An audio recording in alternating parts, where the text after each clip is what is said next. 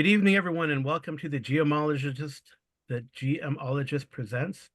This is one of our sessions of Friday Night Frights, where we try to play horror type games, whether they're Call of Cthulhu, nihilistic, cosmic horror, or straight up slasher flick type horror. And today we're gonna have our sort of continuing campaign. I started it as a dual game with my wife Amy, where she played Andy Holmes, private investigator in Chicago, and she's going to be joined by our friend BJ, who made a pulp character named Professor DB McCoy. So what I decided to do is actually run Pulp Cthulhu, and I'm running Pulp Cthulhu because there are two players, and I can run. I feel like, in theory, we'll see if this experiment works.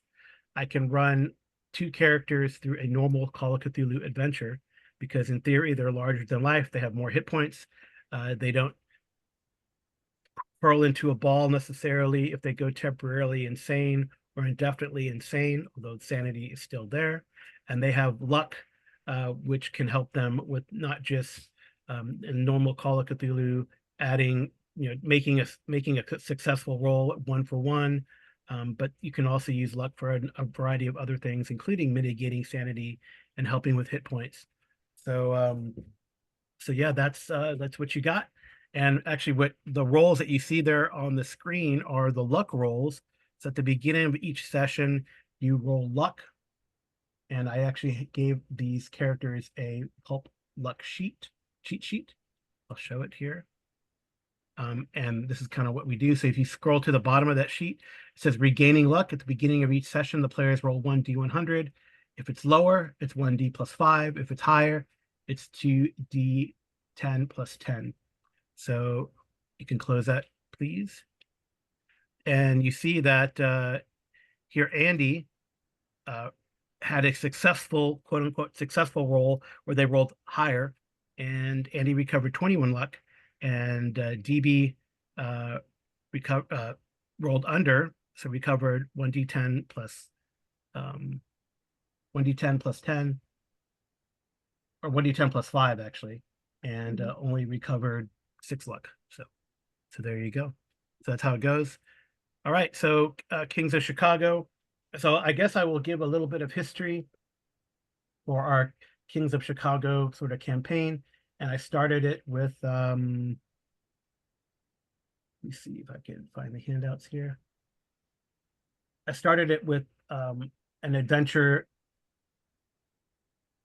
in the book Does Love Forgive, which is for dual adventures. And in this, it was called Love You to Death, the adventure. And in this case, Andy Holmes was the star of it. And Andy was able to help his friend, longtime friend, Hattie Mae, recover her dog. What is the dog's name? I can't remember. Do you remember the dog's name, Amy? I don't remember the dog's name. The dog's name. Our viewers will have to watch the previous episode to get his information. Yeah. Unfortunately, I don't remember. Anyway, so I had to recover. So actually, the interesting thing about it is that it took place the day after the St. Valentine's Day massacre. Hattie's husband was killed in that event. And yeah. And then she tasked Andy to go get her dog from the police station because the dog was at the scene. So as it turns out, while this was happening, an old rival of Hattie's who was vying for Andy's affection, although Hattie and Andy were more like brother and sister. This other woman, Ellen O'Sullivan, was trying to do nefarious things. Basically, she was trying to kidnap Hattie and enact a ritual that would switch their bodies and minds, which would not have been good. So Andy was able to. So here's like how this was stopped. Here, Andy and the faithful dog, whose name we can't remember, successfully did that. And then another interesting thing that happened is that within the course of the adventure, Andy met Lucille Moran there, the wife of the infamous gangster Bugs Moran, and was able to get, and still has in their possession because of things that have happened after, an Ottoman Kandjar blade, which in theory has magical properties, but we don't know. I don't know. So yeah, so the ritual stopped because the dog actually had this amulet that protected them from harm, and it protected Hattie from harm and being the subject of spells. So in the climax, Andy told the dog to get the amulet. Andy figured this all out, and the dog went to Hattie and saved her. So the other interesting thing that happened there, let me see. All right, so in the course also, Andy developed a love interest, and this was a reporter named Bernadette. That's my name. Yep, Bernie for short. And yeah, so this is that happened way back in 1928, the St. Valentine's Day massacre. So yeah, we'll just keep Bernie on the screen there. The pretty face for these mugs here. But now we're 2 years later. A lot of things have happened. I believe it's 2 years later. A lot of things have happened, including, I think, and make sure.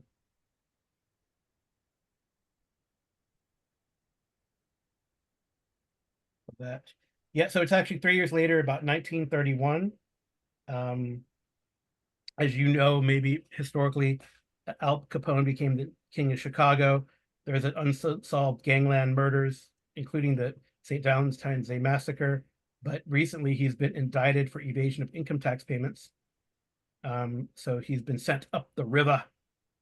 So yeah, so this takes place like about 1931. It's like Bugs Moran has also fallen into sort of trouble, and his Northside gang has sort of has not been able to take up the slack, so to speak. So I don't know if it's funny when I talk to BJ, who will introduce his character. So my wife Amy plays Andy Holmes. Say hi, Amy. Hello. Anything else I missed about Andy? No, just he's got an informant that really likes that cafe. You know, he's there all the time. Oh, right, that was an informant named You know, and then I had Billy. I have my old trusty friend who's a Chicago cop. Yeah, He fights real well, Kaczynski. but you know, I think it was like Krasansky. Actually, it's close to. It's like I think it really is Krasansky, which is kind of funny. But as Officer Krasansky, I do not have a picture of him. that's But all right. I think oh, the there it whole is. incident was scared him a little bit. There we go. Highball, the name of the dog. There's Highball. Highball's probably still alive 2 years later. Highball's with Hattie. Yeah. All right. All right. And then, like I said, with me is BJ, and he's playing Professor GB McCoy. So because I asked BJ, what kind of character do you want? So BJ can introduce Dr. McCoy. Hello. Can you hear me okay? Yeah. Yes. All right. All right. Um, Dr. Professor McCoy teaches at the University of Chicago and is also associated with the Field Museum in Chicago. He's a archaeologist by training, professor of antiquities. And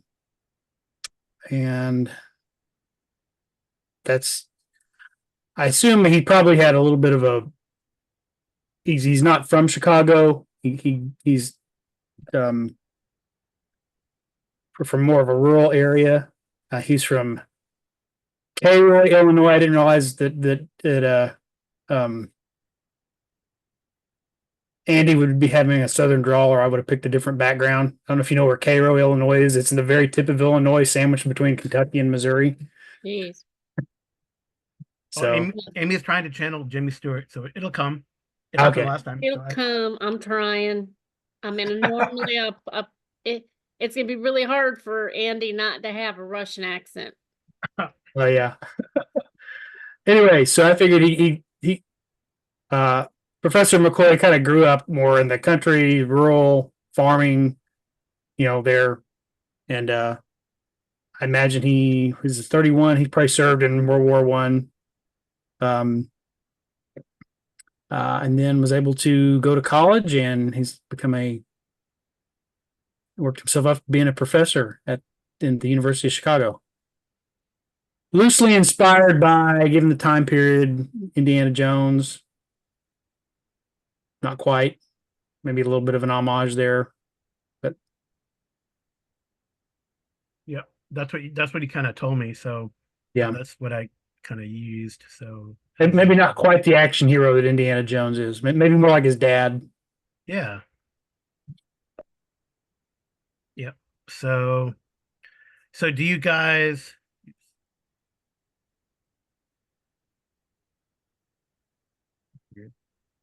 know each other? Do you think you would know each other? Or we don't, it doesn't have to, but because I figured out what I wanted to do. No, that's not what I wanted to do. I'm assuming that my Dame Bernadette would have taken me to a lecture that the professor's done. She's always doing that. She just really loves plants, which is all good. She always wants to learn about it. And then, she writes her articles. So I think she probably wrote on Professor McCoy, and we probably all went to the cafe. All right. Well, he's not a botanist though. No, he's an archaeologist, but right. She goes, she has to write for the newspaper, so she drags me over there all the time. Okay. So I think I would know him socially. Okay, that's cool. Might even go get ourselves one of those nice frothy root beers.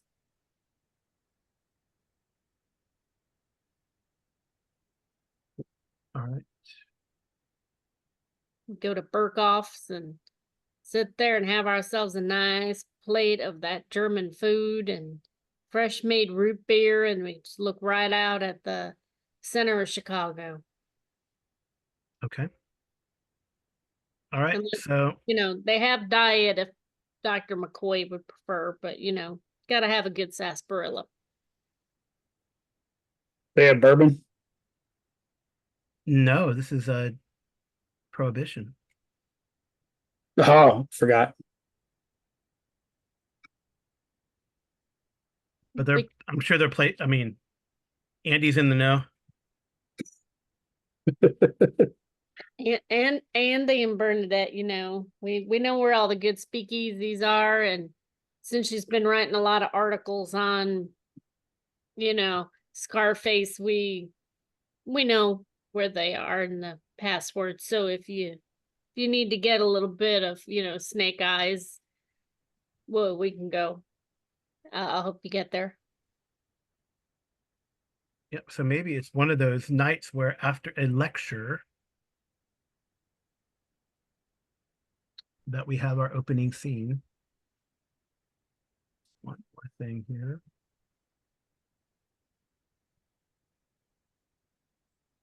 And so you're walking through the streets of Chicago. You've gone to this lecture. What was the lecture about? What's the matter? You tell me. You're the archaeologist. It's going to lecturing on the ancient writings, separating fact from fiction, and talking about the legend of a book that doesn't actually exist called the Necronomicon. Yeah, so a very disturbing conversation. Maybe because Professor McCoy, I think he knows Arabic, would be interested in this type of literature, and also Aramaic, going back to the Necronomicon and the mad writings of, what's this guy's name that wrote it? They you'd have to ask the professor who wrote it, because the mad writings of it'll tell me. It was the title was originally Kitab al-Azif. Yes, the of Mad Arab, Bernadette, the Kitab Mad al-Haqi. Arab. Yeah, Abdul al-Hazred, where they talk about the nameless city and where the old ones dwell. Right So, on the tip of my hat there, yeah. Sorry. Well, I Dr. guess, McCoy, I wasn't paying much attention in the lecture. well, much as if you were to listen to or watch a play of The King in Yellow, I think because of what BJ introduced, we should make a sanity check. And did you Oh, think you took Bernie with you? I'm sure she was with me. I Okay, mean, I'll roll sanity for her, because you know how she is. and she's fine. oh no, I made okay, I succeeded. eBay did. Andy is, really used to hearing all these things, all these lectures that Bernadette always takes her to, Yeah, so it crime scenes. looks like everyone made it. So it's probably so. What is your impressions then? Although strangely, a fog has rolled in from the river here on this cool night. What are your impressions then? Everyone made it, like both extreme successes for You know, I would BB say and that, Andy. you know what, probably at some point in his career, um, Professor McCoy actually went to Arkham and examined a copy of the Necronomicon, and he thinks it's just a total fabrication. Like Okay. he kind of knows some of the stuff that's in it, but it's a hoax. Well, Yep. Andy would take out his knife and ask the professor, You carry Like your a- knife with you? well, I mean, we're going to see the archaeologist. He can tell me where the knife came from a little bit better than, when Uh, they handed it to me. And all right. Well, you can either spend the 10 luck to automatically do it, or make a luck roll to see if you remember to bring it. we'll just make a luck roll. Okay. So, Oh, I don't know why. That's luck recovery. Oh. So you made the luck roll. It's okay. underneath. Yeah. I don't know why. Yeah. We might have to do it like manually. I think that's for luck recovery, that roll. Anyway, so you did make it. So you do bring, so both of you guys can, if you spend 10 luck, you have like what you need instead of having to roll a luck roll. Just Yeah. as being resourceful. So anyway, you did manage to bring the knife. You probably have it like in a carrying case. And do you think you guys are, well, it is Chicago at night. I don't know what the laws are, truth be told. Well, I mean, it's in a box or in a sheath underneath Oh yeah, the my that knife jacket. is. So, No, but I'm not talking about, I mean, obviously you probably wouldn't have your rifle. That's well, I have my handgun and this knife, out with Bernadette. She's awful pretty dame. I don't want anything to happen. So, I'm sure she's got a knife or two in her purse. she might actually have like a derringer, like a holdout. Yep. Okay. Cool. That makes sense. Yep. What about Professor McCoy? Andy's a PI, so a licensed PI, so that's probably fine. Oh, excuse me. I don't think any sane person walks around 1931 Chicago without some way to protect themselves. Okay. I will concede that point. I believe Andy has brass knuckles too. Yes. Yeah, probably like not on you, but I mean, like not wearing them, but in your pocket, right? Yeah, I mean, why not? They're all right. So you guys are like walking back from the Field Museum through the streets of Chicago. And it is late in the evening, like I said. Suddenly, and it's foggy. And suddenly, you hear gunshots in the fog. Bernadette, I sure hope you got your notebook and pen with you, because this looks like this is going to be kind of one of those active nights. Sorry about that, Dr. McCoy, but we should. My own personal feeling is we should investigate, but I understand if you don't want to. All right. It seems like it's nearby. So we investigate. Yes, we are investigating. Yes, I will have my hand on my revolver in my pocket. Okay. Well, I'm just gonna go ahead and pull my revolver out in my main hand and Okay. I'll unclip the belt on the knife so I can get it a little more quickly. Okay. But All right. I switched scenes, so I was looking to see if I think I have investigation. no, it's not an investigation. It'd be like a spot hidden or something like that when we get to it. But we're not there. We're not there yet. Okay. So you find yourselves in an alley. And around the corner, you see a man running, shooting at unseen assailants behind him. More distant shots reply. He falls to the ground, apparently hit. Hold on, don't do anything yet.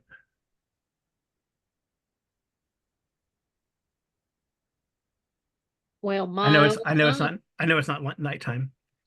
There you go. All right. He falls to the ground, apparently hit. And then out of the darkness, three men appear, guns in hand.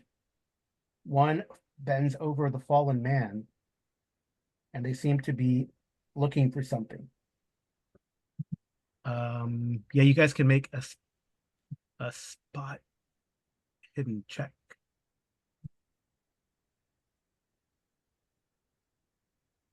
There, just normal.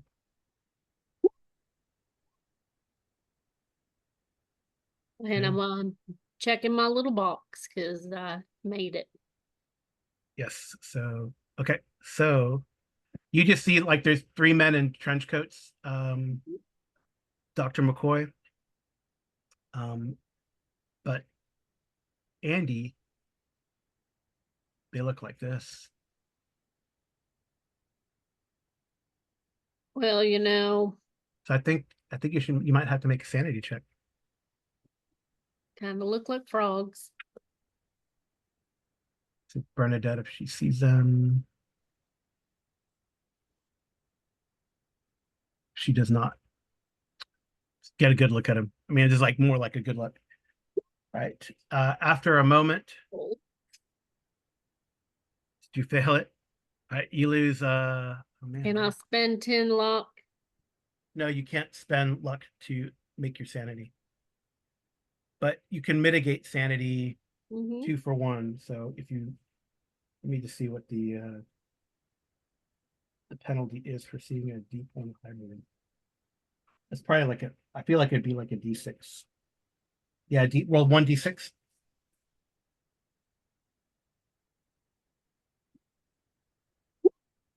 5.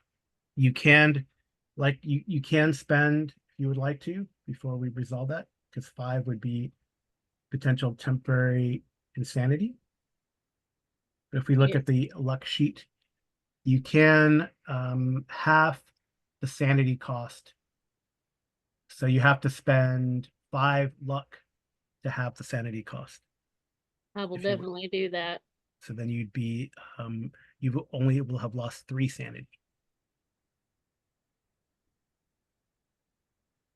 Okay. All right. Did it change it? Yes, it did. Okay. So all right. Okay. And The attacker, he seems to my be looking. dame, is she okay? Yeah, she seems to be fine. I rolled. You could. Did I roll for her? She failed. She did fail. Yes. No, she failed her spot hidden, so she didn't see him. So. Oh. Okay. She's okay. So.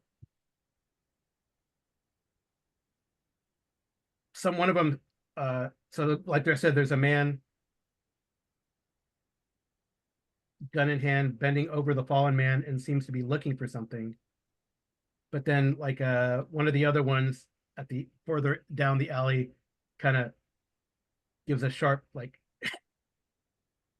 and the guy like looks up and sees you guys. And this is a pulp game, so Andy would like to run up and okay. Well, hold shoot on. him. Well, hold on.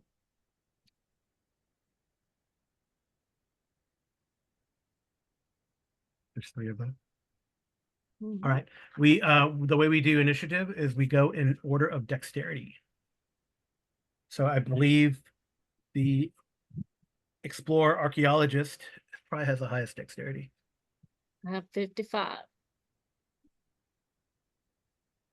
Which equals the speed limit out there. Yep. You know, on the Well, road. the old speed limit. So I think Dr. McCoy, you can act first. Okay. So now can I see what they are? Do I see the One of them, you see this guy here. This guy looks up. The guys say he's the one huddled over the body. The one here in the middle, which you can't see me pinging. The one here in the middle. oh okay. Do I need to make a sanity check once I see him? Maybe if they're revealed, but I mean it's all in darkness. You're just, I guess, fortune is favoring you, Okay. such that. But you do see like I guess Andy gas a little bit and takes a couple steps back.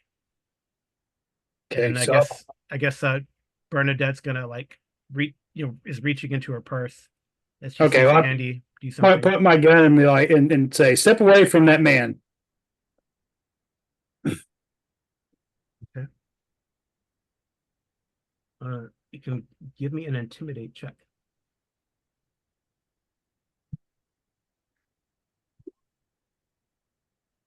All right. He says you probably don't want to spend that much luck. No. So like this one guy looks up and in almost a croaking voice, he says, "I don't think so." All right, I'll shoot him. All right. Andy has every Yep, intention to go for shoot. it. And you want me to roll on the combat, correct? Not yet. Well, we have Okay. to go in order, Amy. So I missed, Okay. but maybe that'll send a message that I'm serious. Okay. All right. Yeah. So Andy, I believe it is you're 55. Yes. Yeah, looking at these guys. Can I roll from the weapons tab or no? You should be able to, yes. Click it and then Normal. yep. Oh, dang. So I have to check something on the other side too, right? No, I don't. It already has the damage there. So you shoot the guy, one of the guys on the side or the guy with the Guy in the middle that's bending over. okay. Dang. All right. I don't know what to. Handgun, I guess. There we go. I think there's like, I think in pulp there's also like if I believe correctly there is yeah, roll a d20. There's an optional hit location. That could be fun. How about right down the middle of his throat while he's talking? That'd be kind of fun. You shoot him in the head. He definitely goes down. Might not be dead, but he goes down. Well, you know, Bernadette's a little scared to death. We call that permanent sleep. All right. So you shoot him, he goes down. All right. I guess let me see what Bernadette, what her dex is compared to. And he'll definitely make sure that he's not in the way and Bernadette has a clear shot, you know. Just like they do when they go to the gun range. If they even had them in the 20s. I don't know if I don't know. She's not really like a shooter type. She does reach in and get her gun though. So for next time, just in case. So she pulls out like a 22 revolver out of her purse. Yeah. All right. These other two guys, let me see what they do. Is it possible that, you know, the professor and Bernadette and I can maybe move a little off to the side after we shoot? Mm-hmm. So we're not standing in the middle of the alley. Yeah, you can move to this, hunch along the wall and make yourself scarce. All right, so one guy, he starts running. Let's say this guy here, I'll mark him with a purple dice, a purple thing. He starts running back down the alley. So I guess I could do this. Make him small.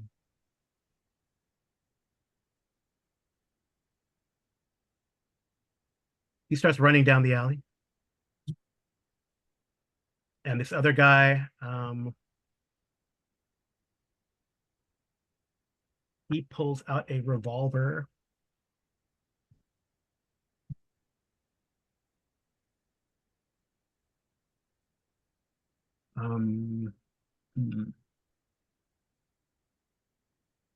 He's gonna take a shot. Well, I'm definitely gonna have to hunker down there, Bernie.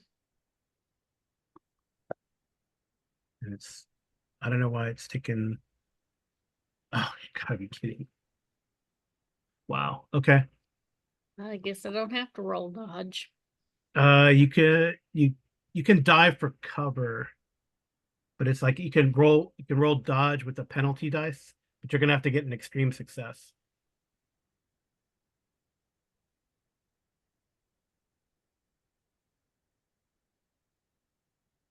Just one, right? One, yeah, but one penalty dice, yeah. Can I spend luck? Oh, I don't know why I didn't roll. Okay, Would no, it roll make it penalty, run- hit penalty. I don't know why it didn't do it. Right. I have to check the.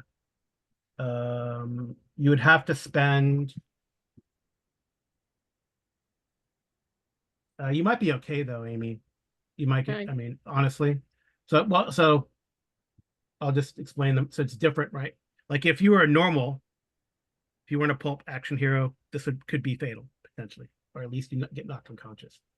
So you would need to get you need to spend, you got a 44 and a 64. So 64, you need to spend a lot of luck. Mm-hmm.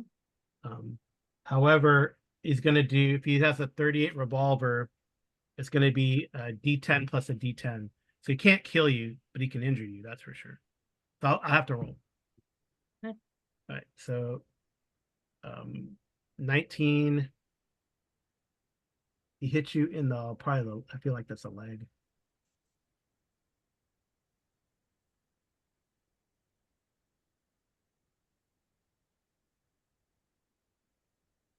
Oh, he hits you in the left arm. Yeah, I guess probably the arm you're presenting to them as you're trying to be, skinny along the wall there. And he does, it's going to be 10 points plus 3. So 13 points of damage. See, so like in a regular game for our viewers, you'd probably be down, but you're actually okay there. We'll have to see if hold on, let me see. Well, I think I have a thing I can do. Oh yeah, you can spend luck to mitigate that damage. Soaks up damage, may spend 10 luck to shrug off up to 5 hit points worth of damage. Yep, that's probably good. Because I think if you go below half, you might have to make a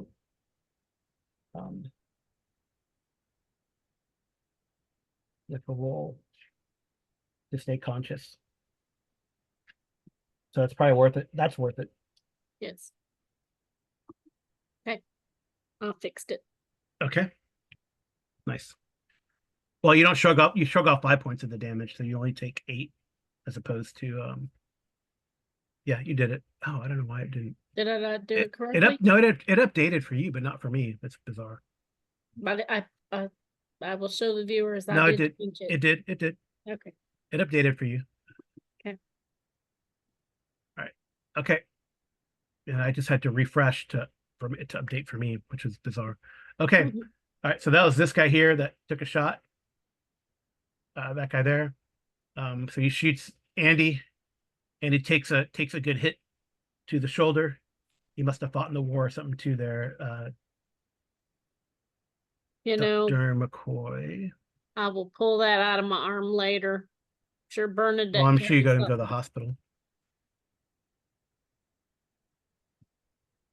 Right. Sorry about that. I gotta change your name there. All right. Okay. So back to the top, Dr. McCoy, it's your turn. And that guy runs. This guy here runs, and you hear like a car kind of screeching to a halt in the fog. Okay. I will shoot again, I guess. We'll go for, This guy here. yeah. So this guy's down. Maybe I should. He's not dead, but I guess I'll put an X so it'll that he's like unconscious. Right. Oh my gosh. So that's actually like a jam. Like you miss like a misfire, I guess. It's Okay. awful. Wow. Okay. So Bernadette will shoot next. I guess we're in a shootout now. Well, Bernie, I want her to shoot at the one that's down because I think that'd be a little easier for her. No, he's down. He's like down. Like Down. All right. Then I mean, he's unconscious. He's might I'm shoot assuming the guy. she'll shoot at this guy then. Yeah, the guy that shot you. Well, how she is, woman scorn. Oh, she hits. Okay. So proud of her. She goes shooting with me all the time. So she hits him in the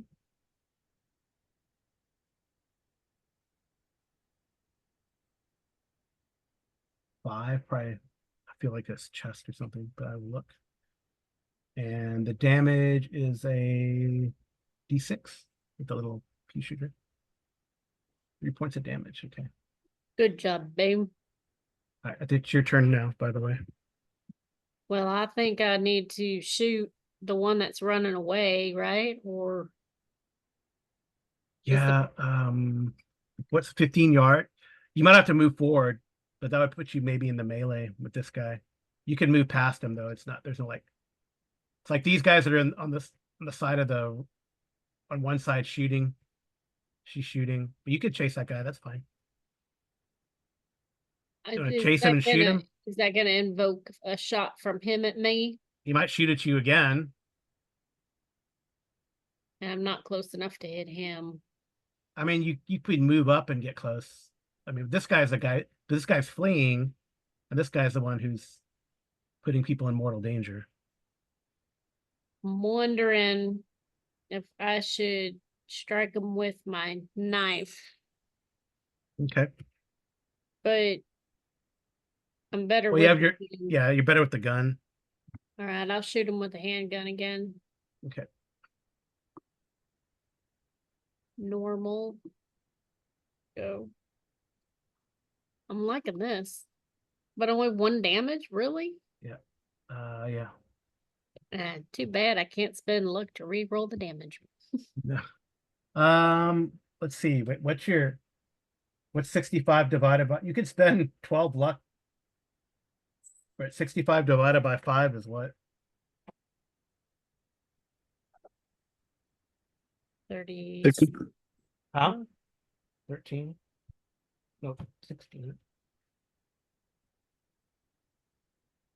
How much luck would I have to spend though?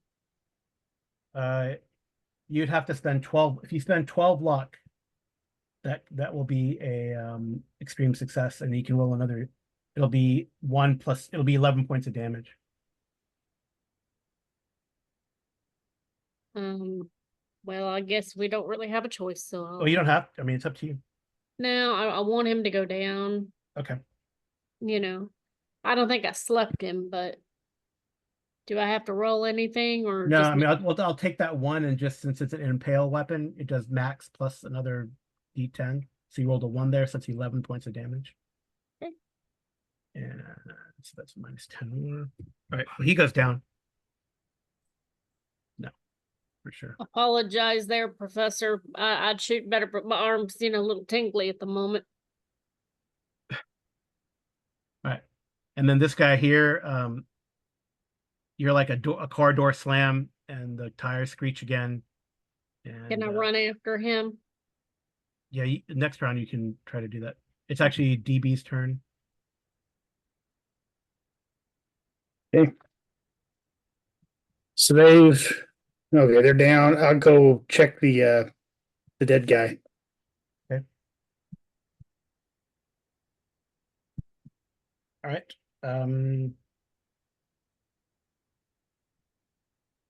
The fallen man lies in a pool of blood. He is young, tall, and rather handsome. It is definitely too late to do anything for him. Only enough time to hear his last words. spoken first in accented English, but then in French. Since you, no, he doesn't say that. He says, because of the treasure, kill me.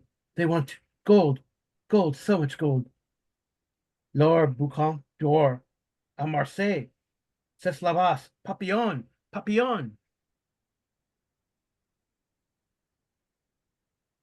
That's what I he think says. he wants us to go get a croissant. That's how I took that. So I think we need to go to All right, Paris. so then the man's eyes roll back and he dies. So I Yeah. guess BJ. So I don't speak French. My character does. Yep. Yes, you can give you bonus dice to because your French. What's your French? Is it above 50? I don't think so, right? It is 40. 40. All right. So I'll give you a bonus dice to roll. Oh, you got it anyway. Doesn't matter. I was gonna give you bonus dice. All right. Don't forget to check it. That's cool. You get to check it.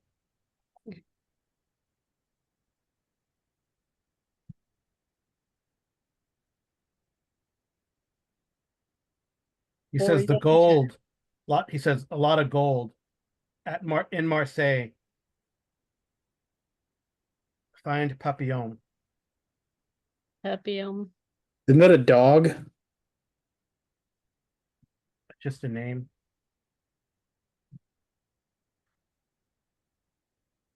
All right. Yeah. Well, like you can inspect his body if you wanted to. Okay. All right. Well, that's Definitely. what he because I mean you could do that. Well, and then we'll just go. So Bernadette kind of moves I over brought to my you. handkerchief, so anything I touch doesn't have my fingerprints on it. All right. So Bernadette kind of goes up to you, goes, "What you got, Doc? What you find? What you find?" I guess I'm gonna give her a southern accent too. I don't know why. All right. Okay. And then Andy, it's your turn. If you want to do anything, chase that guy down. I would have run after him, see if I could at least shoot at the car. Yeah, you don't. The car sped off. It's foggy. Like Hmm. you run down the alley. Now, I guess I could give you make you have you. So you ran down the alley. So you're smaller now. Well, All right. Yeah, I guess I should give you a spot hidden, but with a penalty dice.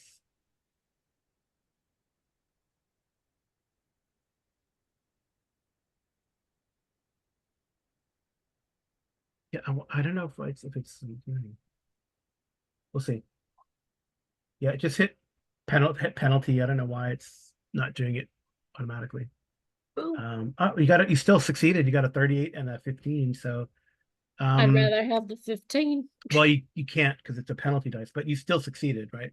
So you can kind of hear the tire squealing maybe down the road about a block. You can't see it, but if you want it, you can pursue if you wish. That's your call. I think Andy would keep running after the car. He knows Bernadette's in good hands with the professor. You're gonna keep running after the car, okay? Yeah. I'll yell down the alleyway, Bernadette, you be safe. You stay, protect the professor. I'm gonna go find the car as normal. Okay. Pay All right, so attention. give me your current luck check. Spent so much luck. I know. You spent.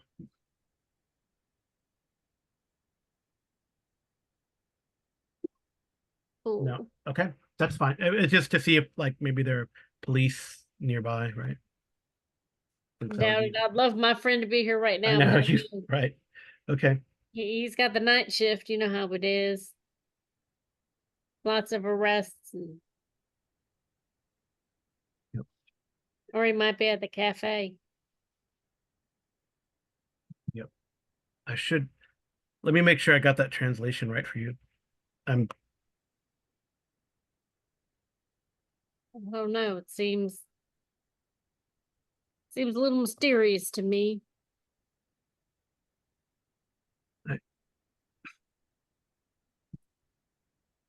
okay.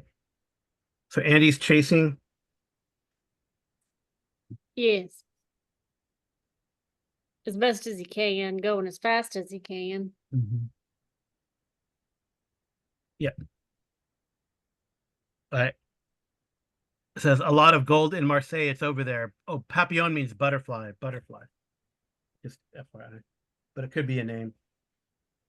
So that's a translation, BJ. Butterfly. Okay. It says the gold, a lot of gold in Marseille. It's over there.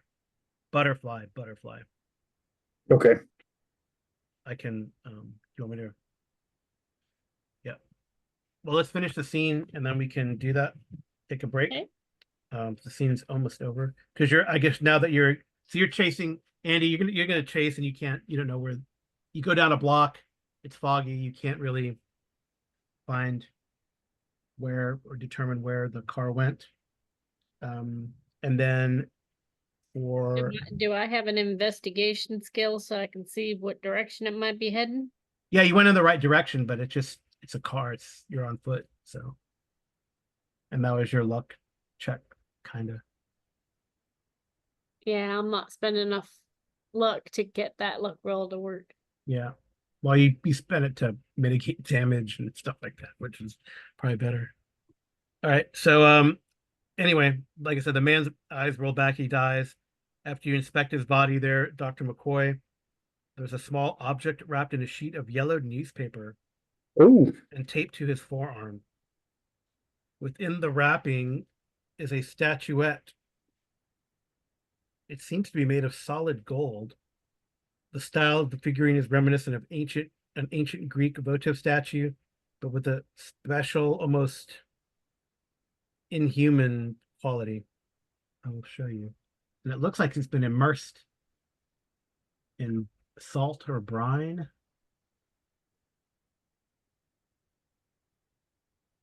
The statue's been in salt.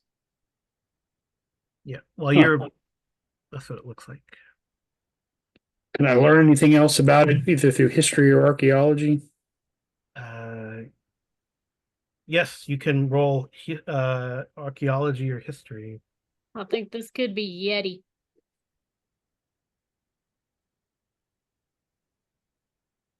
Nice. I only have All right, so it's anthropology. obvious that this statue has been immersed in seawater, still encrusted with crystals of salt, and there's even strands of dried seaweed on it. If it's gold, it's worth a lot of money. You scrape off the gold figurine, the form seems to soften, almost wriggle in your hand. The effect does not last and does not repeat, but you're definitely shocked. You lose 1 sanity point. Oh, All of us? No, just him. Okay. Oh, yeah, you should. permanently. Oh, no, it's just like, you just take it off your sanity. Okay. Oh, I see. It's got like hit points. It goes Yeah, down. it goes down, yeah. So you lose sanity. Oh, yeah, I was gonna have you roll a sanity check too. Because now you're seeing these dead guys and they look inhuman. Well, that you make, so you only lose 2 points, 1 point of sanity for that strange feeling when you touch this salt encrusted statue, and then Okay. 1 point of sanity for seeing the inhuman features on these two unconscious fellows. Sorry, didn't mean to roll it again. That's fine. Well, you made it, so okay. So does it the statue doesn't the features don't clear up once I start rubbing some? No. If you try to rub, you probably have to like clean it up. Take some time to clean it up. I could probably do that. Like let's see what else. The man is wearing ordinary clothes. His gun is nearby. He has a few dollars in his pocket. Bernadette says the newspaper, from the Gazette de Sade. It's a daily publication from Marseille. She's a journalist after all. I'm thinking that if you Bernadette look at it, taking all the papers and stuff and putting it in her purse. You know how it is. She carries those big bags so that, Yeah, well, she also still asks me to carry her keys. Yeah, she pulls out also like out of her purse like a handkerchief and is doing like a scene type of thing too. I'm assuming that she's in between making notes in her book. Yeah. You know how it is. Yeah, it looks like the newspaper is like about a year old as well. Let me see if there's anything else you can. Is there anything unique You about don't the the style. paper? I guess you made a good archaeology roll, and then we'll take a break. There's other stuff too, but we'll take a break and then you can examine what other stuff the guy has. But you, just to finish the archaeology roll that Dr. McCoy made. No problem. So it definitely is old. The style, assault encrusted as it is, you can tell you definitely want to clean it up. But the style is definitely Hellenistic period, maybe older, Uh-huh. maybe even, I don't know. I guess would they know? Would they know about the Minoans? What, Yeah, I what's guess it's the 30s. So yeah, I guess maybe Trojan or Minoan, these Mediterranean excavations that are going on right now. what's it holding? I can tell it's got like, is it like a spear or a trident or a? It looks like it looks like some sort of exotic spear or halberd. Okay. Yep, cool. Yeah, I mean, you definitely need to clean it up a little bit, but that Okay. might take some time. But we'll take a little break here and then get back to it. Okay. There's more stuff to be found in the scene. Woo-hoo. Right. So you found the statue. There's this French daily, the Gazette du Sud, and then you find in his pocket a book. Mm. It seems to be a copy of Baudelaire's Le Fleurs du Mal. It's an old and torn copy with a pink cover, published by the Parisian Editions de Cluny. As you flip through the book, there is a sepia tone photograph of a woman. Oh, that's interesting. There's the photograph. Papillon? Yeah, I can hear you. Mhm. Yeah, I wonder if she's Papillon. What's her flag? Yeah. So it's a fancy lady, elegant hairdo, makeup. It's typically French. Penciled under a pencil underlines words on the page facing the photo. It's a passage from the poem "The Enemy," the enemy. You already don't have to roll French again. Um, I'm not going to try to read. I could try to read the French. The temps mange la vie, et l'obscur ennemi que nos ronge le coeur, du sang que nos pardon croire, et se fortifie. So time eats life, and the dark enemy who gnaws at our heart of the blood we lose grows and gets stronger.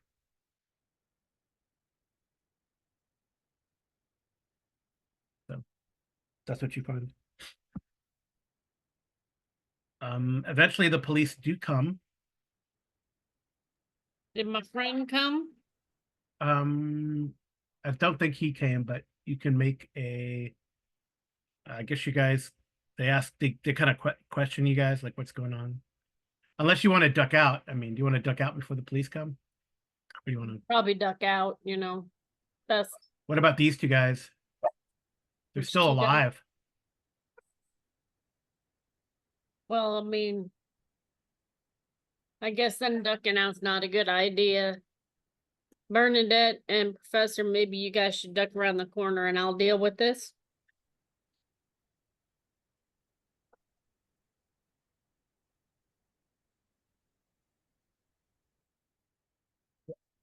You guys want to do that, or what do you want to do?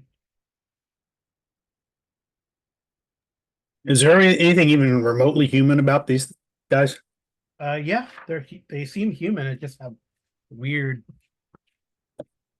facial features, like almost frog-like or fish-like. The definitely smell of the docks, although they're dressed in like trench coats and with like the suit type of thing. I'd like to say I've seen something like this before, but I have not. I only have, limited knowledge of anthropology. Yeah. All right. So what do you guys want to do? I mean, you can hear sirens, I guess. We can hear what, I'm sorry? Sirens. Byron. Well, I mean, I'm willing to stay and talk to the police. I'm used to that, you know. I shouldn't get into any trouble for having a gun on me, and these guys kind of attacked us. At least that's what I'm gonna say. And if they accidentally meet with, you know, the permanent sleep before the police get here, then I'll just have to tell them it was gang fight. Yep. Oh, you can do like a first aid, Dr. McCoy, if you want. On Andy. Do what, huh? I think Dr. McCoy has first aid. I don't know. Nope. Unless you want to spend luck. Should I? I mean, I'm new to all this. I mean, it's up to you. So recovery is faster. I didn't make it either. Yeah, I mean, you can spend 7 luck. Nah. BJ. Okay, I I mean, will. if you wanted to. So it's going to be like 1 point plus D4. So it's D4 plus 1 hit point back. All right.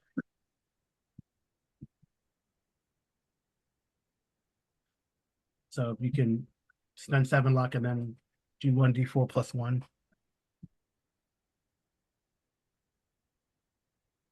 Bullets lodged in his flesh, messed up his coat, jacket.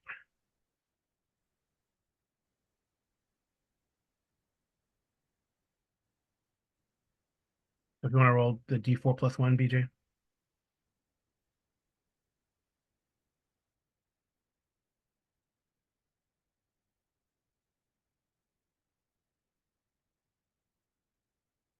Did he fall off?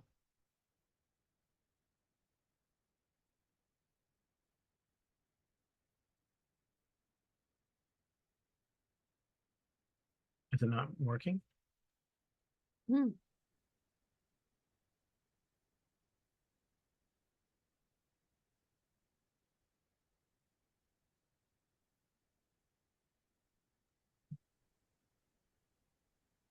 I got cut off.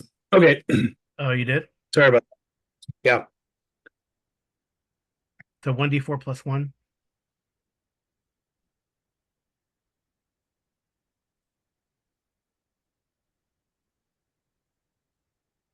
Three.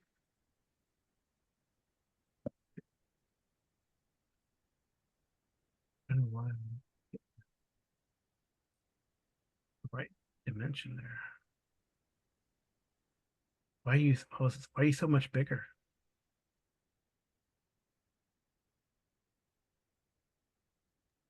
Doesn't matter. Okay. I didn't do All right. So I guess cool. So you wait for the police. So go ahead and when they arrive, they take your statements. And I guess you can make a pipe. Is it charm? Maybe charm. Charm 'em? Charm. Or Go just- up. Or just talk to them. Yeah, charm. Normal? Yeah. Yeah, no problem. Yeah, all right. You know, officers, we were taking a nice lovely stroll over here, and these 3 hoodlums, they killed that gentleman there. Oh, there is others? Just one other guy over there. We carried him over to here, but I looked, I didn't see a wallet or nothing like that. And these other 3, and then there's one that went speeding around the corner. Couldn't catch him. I apologize. I tried. They got into a You got car. shot, Mr. Holmes. Yeah, you know. It's just a little hurt. Yeah, so you got it. It'd be nice if I could, you know, at least get like a little bandage or something for it, but I know you don't necessarily travel with that. Well, I think McCoy already kind of bandaged it up. So Oh, so is I supposed to get some hit points back? yeah, you got 3 back. Okay, I didn't put them on there. Yep. And all right. So I guess they don't recognize the man. Well, he's gonna cover his faces and tell him, it was a bad wound, and they're not quite dead, but Yeah, these two guys. yeah, they. Oh, so they have Sorry, to. McCoy, I know how you are about snakes, but I think they're more alligator or lizard-like. All right, I guess. This is why we have prohibition, because when you drink alcohol, this happens. So you should probably, put them somewhere so they don't encourage others to drink.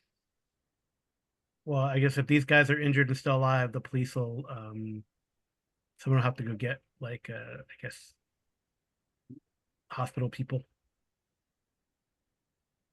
They just probably put them in the cars and stick them to the hospital. Yeah, that's probably what they do. Right. It's not like today. All right.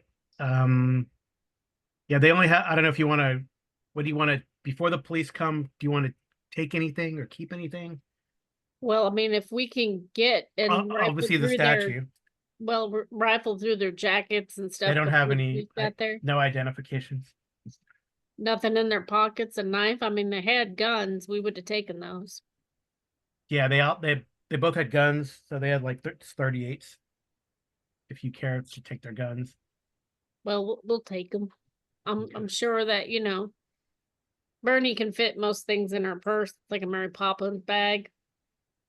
Figure it out later, because they might be good for us to have around.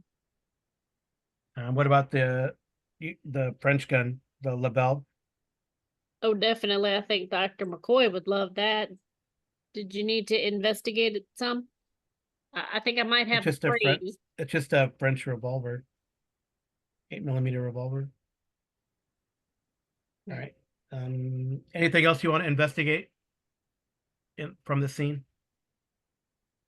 But I mean, I want to look around and see. I know we picked up all the newspapers and stuff, but did we Well, see it was anything else? the statue was wrapped in a newspaper. Obviously, you keep the statue. Yeah. Do you look at the newspaper? Do you have the book with the picture in it? Well, the book with the picture we take, and maybe we should just keep the newspapers. Okay, the newspaper, the issue is about a year old and reports like local news from Marseilles, according to Bernie. It talks about a bloody war between rival gangs that have recently broke out. All right. Yeah. Just out of curiosity, my knife's not glowing or anything, is it? No. Because it's supposed to be magical, so I might have to use it on one of these at some point. See if it does anything different. Not really. All right. BJ, anything else you want to investigate? Not here, no. Okay. So then, do you want to follow? So I guess they call the coroner for the dead body. They haul away these two guys. So I guess so. Roll another luck roll, Andy. Andy's kind of worried about his girl, Yeah, he's very worried about her. Okay. Yep. So the cops don't recognize him at all. All right. And all right. So anything you want to follow up on investigation wise? Well, I mean, I kind of whoops, sorry. can you find out what the medical examiner thinks of these two froggy guys? You have any connections there? Or Oh yeah, they usually tell me anything. They kind of like the weird stuff. You know how it goes. Okay. They Yeah. So they have if their you want to follow cough up on that, medicine. if you want to follow up on that, Andy, you can make a credit rating roll. Yeah.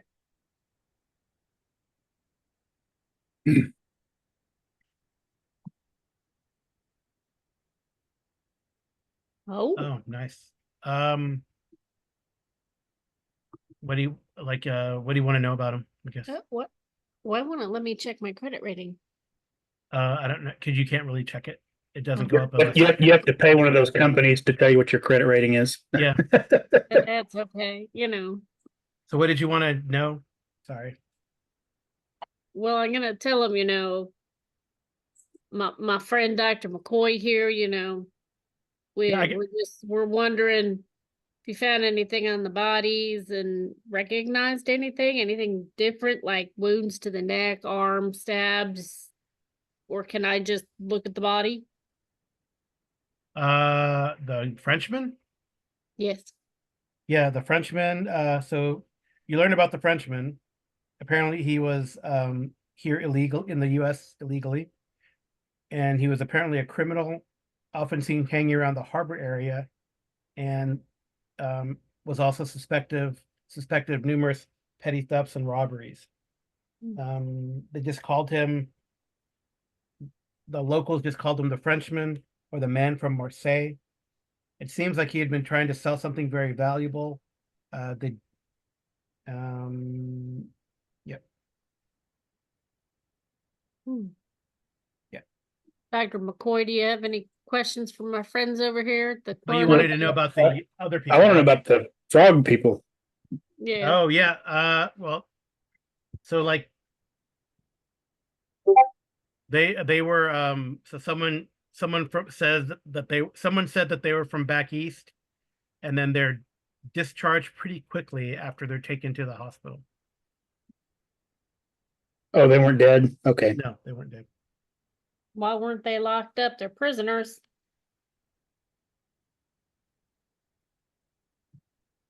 Well, I mean, the police just tell you that. I mean, this French guy was here illegally. I mean, I don't know. He probably stole something from them. They wanted, but I don't know. I don't think they got it. There Well, was I mean, nothing. There was they nothing really on this needed to guy. rest. They were quite sleepy when you took them over to the hospital, you know? No, they would. You notice anything on the way to the hospital? Like, did they get help here? I. They don't know. Is there blood in your car, or did Yeah, they but even bleed? there's no CSI in the 30s to examine that No, kind we of just stuff. supposed to know if they bled. Yeah, they got the squad car all bloody and stuff when they took him. Is it red blood or green? I mean, did they It was red. yellow eyes, green skin, and red blood? Lizard-like, I guess. Yeah. Anything else you want to know, Dr. McCoy? No, no. I have some research I'd like to do. Yeah. What do you want to do? Well, I guess you want to clean up the statuette. I want to clean up the statuette. I want to see if I can remember any references to frog-like people. Can we go back to my office? I mean, I have a book and some other things. Maybe we can match it up to some pictures, clean it up, or keep it in the safe. Yeah, yeah. Yeah. All right. So when you clean it up, that's what it looks like.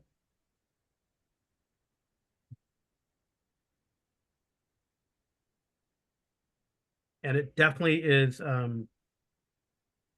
Okay. Yep. I don't know if you would know who this is. Well, I So thought it was Yeti, but apparently not. It's Lizard Man. frog look like or fish like. It looks like it's made of solid gold. I guess you could make an appraise Mhm. roll if you wanted to. Make a what? Appraise. I'm not good at it, but we'll try. I have a 5. Oh, so close yet so far away. Yeah. I mean, it definitely is worth a lot. Based on the current price. If this really is pure gold, it probably is worth a few $1,000s. I don't know if you want to. I mean, I guess you could melt it down, but Well, I'm sure that, maybe we can maybe Bernadette or I can make a picture of it or she has that big camera at her yeah, house. We yeah, can take a picture to the museum and then tell them, we came across this picture and ask if over at the museum. yeah. I mean, if you Yeah. wanted to do like more research on the guy, you could do that, And I Mhm. guess you wanted to research the statue, Yeah. Dr. McCoy. And the region he's talking about in France. Marseille. Yeah. Okay. The book that we found with the picture in it, I Yeah. mean, I think Andy would probably look through that. Yep. I It mean, just has a poem. Bernadette's It says just a making her poetry book. notes. It has a poetry book, the picture, and then that poem that's underlined. There Which anything about a butterfly? Well, papillon is butterfly in French. Mhm. Yeah, but I mean, the poem was, what was the poem again? The enemy, and the underlying passages were time eats life, and the dark enemy who gnaws at our heart. Of the blood we lose grows and gets stronger.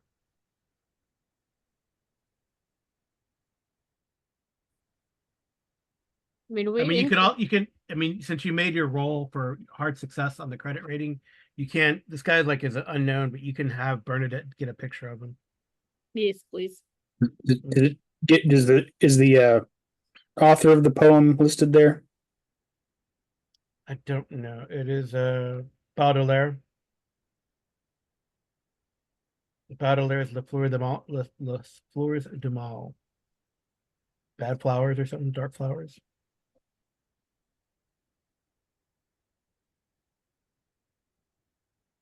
Is that what that means? Les Fleurs de Mal. I think. Mhm. I'm sure there's some French speakers. It's gonna go like, no, that means. Well, since we're at my office, can I, telephone over to the museum? Or is it too late? I don't know what Probably time too it late. is. I mean, this is like the next day though. I mean, or whatever. Okay, then I would call over You, to I mean, the museum. you heal like 2 points per day. So, Flowers of Evil is the name of the book. Yeah. Flowers And of Evil. which passage was Underline. underlined? It was a poem called "The Enemy," Mm-hmm. and it was time eats life, and the dark enemy who gnaws at our heart. Of the blood we lose grows and gets stronger. That was what was underlined. You need me to type it out? No, Mm-mm. I found the poem Okay, online.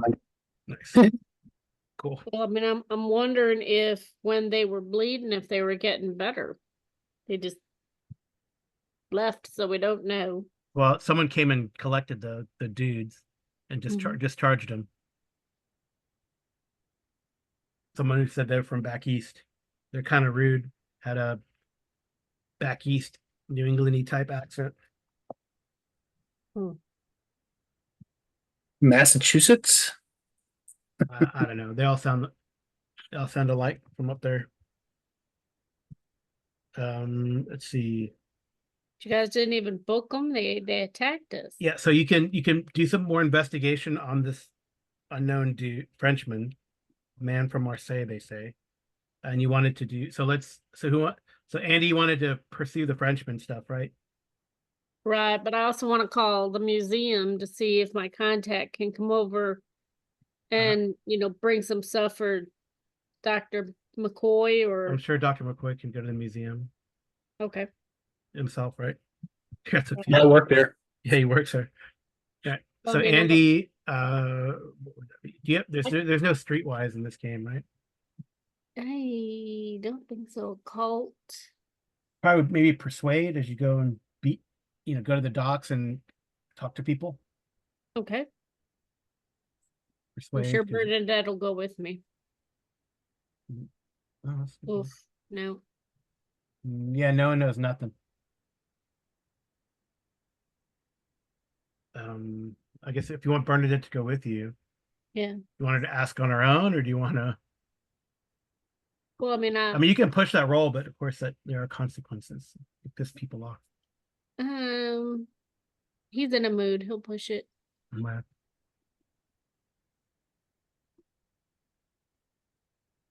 Still a failure, but not as bad. Yeah, a group of thugs kind of say, "Mind your own business, or else." Terribly sorry. It was a rough night last night. Okay, so do you leave or do you push it? I mean, not push it, but press the issue. Well, I'll act as if I don't know Bernadette and I'll let her, she always sweet talks people. She has Kind of feel like she would use fast it. talk. Yeah, I was gonna say, Yeah, I she'll think try to she would use fast talk to fast get you talk. guys out of trouble. No, that's not good. Give me a brawl. Give me a brawl check. Me? Yeah. I'm just gonna do this like kind of like as a rough, like in Savage Worlds, we have like rough and tumble or oh, come What is going on here? okay. Roll-20 is in a mood. Hmm. Used up all the good rolls while Hmm. we were fighting. Yep. But he wasn't starting a brawl, so No, I know. Wow. Oh dang. All right. Well, I guess they would take offense to what you're doing. So I guess that these are some dire consequences. So Andy, both you and Bernadette have a bad experience at the docks. You get both sent to the hospital. Yep. Yeah. I just fixed that. Huh? Yeah. Yeah. So and I then said, I just fixed that. Bernadette's in a bad way, right? I mean, she can't take the punishment that you, Andy Holmes, the hero, can take. So she's probably I'll let you roll her luck. I don't have her sheet. I don't have any. Oh, she's an NPC. She doesn't have any luck necessarily. Oh, 50-50 chance. Okay. All right. So Roll. roll what? Yeah. Well, I can Roll. roll. You can roll on her character. You can just hit the luck button, the luck, if you mouse over and hit it on her character, on the NPC character sheet. I don't see an NPC character sheet It's under yours. under me. Yeah, Bernadette, Bernie. Brad, Agatha, Archie. Okay, I'll roll it because you can't find it. Can't believe It's you can't not, find it. no, it's not here. It's supposed to be, can be edited. Yeah, controlled by Andy Holmes. I just put all players, I guess. It's Oh, not on the list. because all right. It's It'll be, okay. it's fine. I didn't, all right, it's fine. Now you can roll. I put that people can control it but not see it. Okay. So if you open it up and then just mouse over a luck and it lights up and then you can press it and roll. I was looking for luck.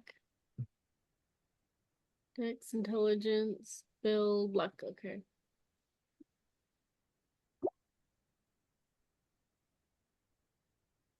Did she fail? All right. She failed. So Bernadette is in a coma and you're pretty beat up. I'm not going to take the hit points off because it's, but You know what, Bernie? We should probably go to the hospital. no, you are picked. So here's what happens. You go to the docks, you ask around. They're pretty resistant to you asking questions. When you try to push your luck, it doesn't work. They take offense. Bernadette tries to fast talk you guys out of it, and is also a failure. So they just kind of beat you guys up. So you wake up like in the hospital. Okay. And you're gonna recover quick because you're like a hero. But Bernadette's in a coma. Well, I mean, whatever she needs, I'll make sure that they know to do But it. yeah, I'm not gonna take hit points, but you're probably like at half hit points. So we're knocked unconscious, right? So Okay. type of thing. And she's probably like, I guess she would be like at 2. So half hit points? Yeah, but I don't know. It's gonna make a difference if you guys go on a journey. So, Okay. but I mean, yeah, I'll put it there just in case. I mean, it depends how long. I'm letting you guys do whatever you want, but you want to stay in Chicago or move on, or the investigation may take you. Okay, well, so anyway, so I guess that's the thing. So whoever this guy was, he either pissed people off, or no one liked you talking about the French guy, or the strange frogman.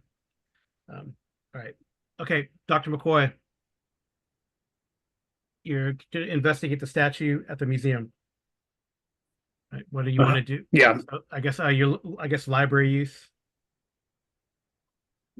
Yeah, I'm looking for any like references to this type of figure in any. I guess we assumed it was Mediterranean, so Mediterranean style, like Greek, Okay. Phoenician, Yep. Egyptian, whatever. Yeah. Yes, I can tell you about Marseille. That's Library easy. use. You don't have to.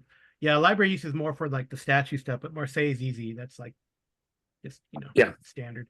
So Marseille, well, so you roll that. Marseille was founded in the 6th century BC by Greek colonists on a natural harbor in time has become to be known as the old port, the Vieux-Port. Later, Marseille became a Roman town and then an independent city, and finally part of the French kingdom. Throughout its history, Marseille has remained a cosmopolitan port city, a center of trade for the whole Mediterranean. Wars, fires, and urban development have destroyed most of historical Marseille. In the 1920s, there are very few older buildings older than a few centuries. Although it is known that ancient Marseille must lie buried somewhere under the present town, but no archaeological excavations have been made. Also, the Merovingian line is supposed to have been from Marseille, and they had very strange features. Your library use is good. So what questions are you asking? I'm really just trying to figure out if what the figure is in terms of folklore, mythology. Some sort of sea god. Okay. Any more like a name or No, epithet or anything like that? no, but it's like a sea god. But I guess, I mean, you got a success, so it's a sea god, but it's like very, it's hard to find any. I mean, there's no known like temples or references to temples for the sea god as you cross reference. There's some obscure references to battling, in some of the apocryphal Greek histories, battling against Triton, but not, maybe an enemy of Poseidon, but and you don't. It's really odd, but you don't think that there are any. Yeah, roll a history roll, but roll a history roll and see. I don't know. This is fun for me. All right, so roll history. Ooh. No, Nope. yeah, there's no references, I guess, of any human worship, as far as you know. It's some obscure, which is odd, striking, but he doesn't tell you who worshipped it or what worshipped it. Okay. It seems to be Marseille seems to be a center of strangeness in any case in history, right? So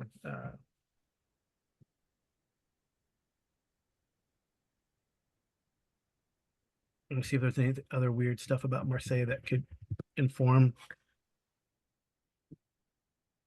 I never know. Yep. Mm-hmm.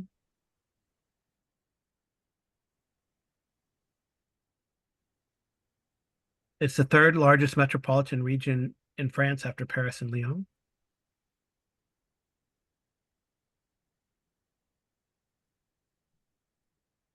It was founded actually by Massalia, as Massalia eventually, in the Greek, Marseille was Yeah. Massalia. It sided with the Roman Republic against Carthage. It lost its independence following the Roman siege of Massalia in 49 BC during Caesar's civil war, and they sided with the exile faction against Julius Caesar. They were captured by Visigoths in the 5th century, and they went into decline following the sack in 739 by Charles Martel's forces. Prosperity was curtailed by the Black Death, and they also had a plague in 1720. Okay. It says there's like references to being cursed by the sea. So I wanted to find out, let's see, about the statue. There was something else I was going to. Oh, the that poem. Does it seem to link up to? I mean, the part underlined. Well, no, that doesn't make any sense. Oh, I wanted to see if there's any if anything here makes sense of people with frog-like features, like references to people with frog-like features in again history, mythology, folklore, medical, anthropology, anything like that. Yeah. Okay.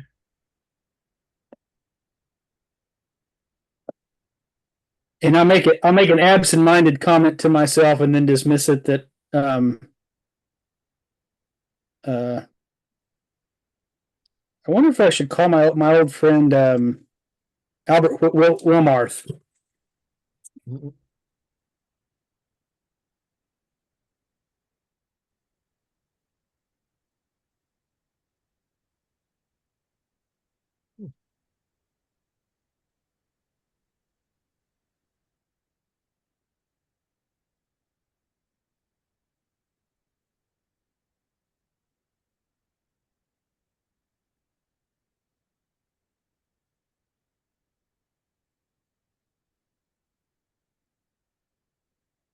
Yeah, I would say roll.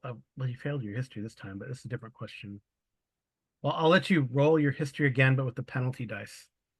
You're going in to see this you're going in different rabbit holes and you're not finding anything. Okay, so how do I so just roll it and then click Just the roll and penalty? then click penalty. Yeah. Not that it matters. Yeah. There's nothing. Nothing. Yeah. Oh, too bad because a 20 would have made it. Yeah, there's nothing. You just find yourself looking at islands around Marseille and beaches and stuff like that. You're like, oh. So Well, the nothing professor significant. is doing that. Oh yeah, then Andy, Professor, you get you do get a call.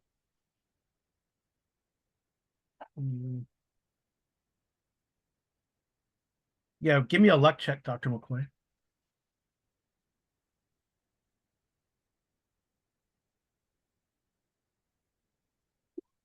Jeez. All right. oh, goodness. Roll spot hidden. If it's bad this, then maybe that means if we get into another fight, it'll be good. Does luck. Oh, roll 20 hates you. The spot Mhm. hidden. There you go. Oh, the first one failed. Do you want to spend 6 luck to make a success? Yeah, I'll spin the luck. I accidentally double clicked it. Okay, yeah, that's fine. Yes. So you when you after you're doing this investigation, I guess do you carry the statue with you or? Just the picture.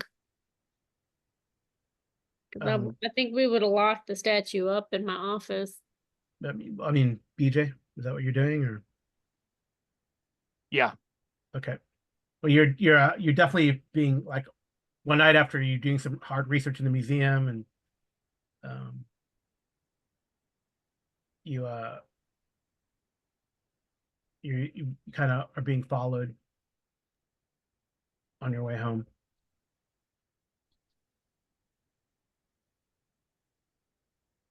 I will And then give me another get luck my check. hand on my gun. Yeah, give me another luck check. All right. And then a squad car pulls up beside you. And it says, Dr. McCoy.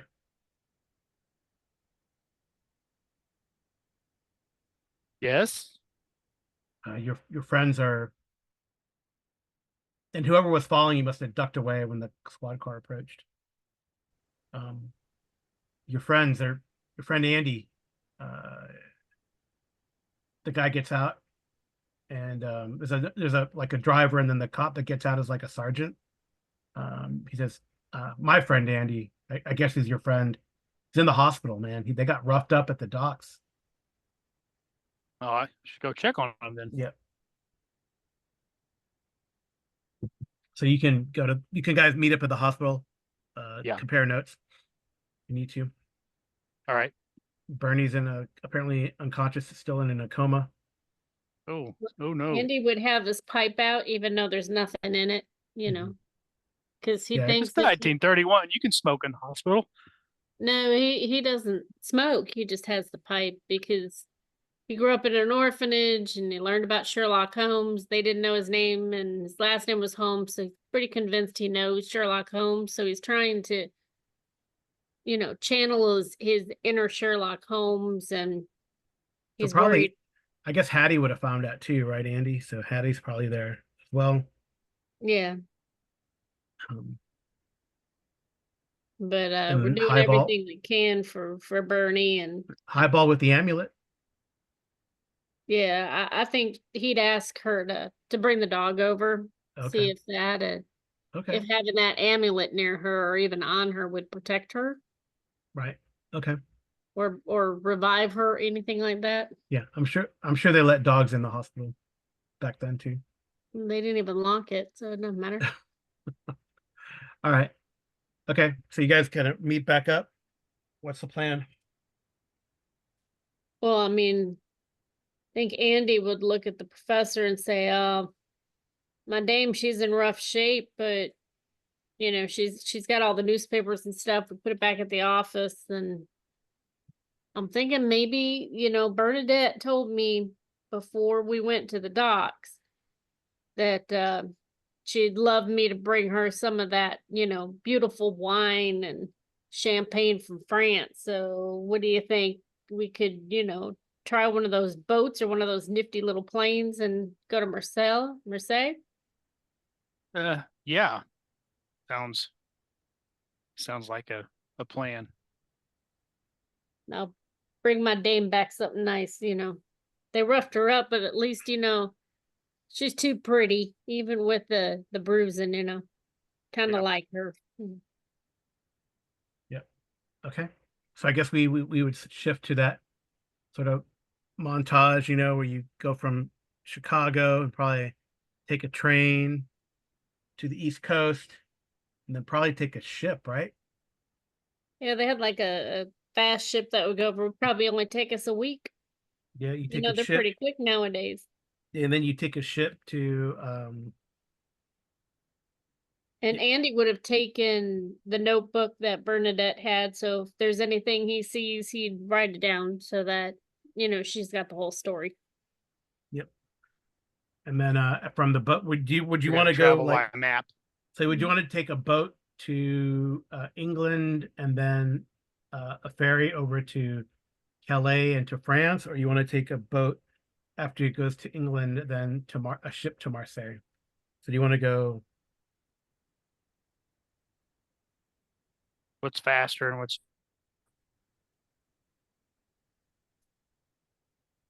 What's what? What would be faster?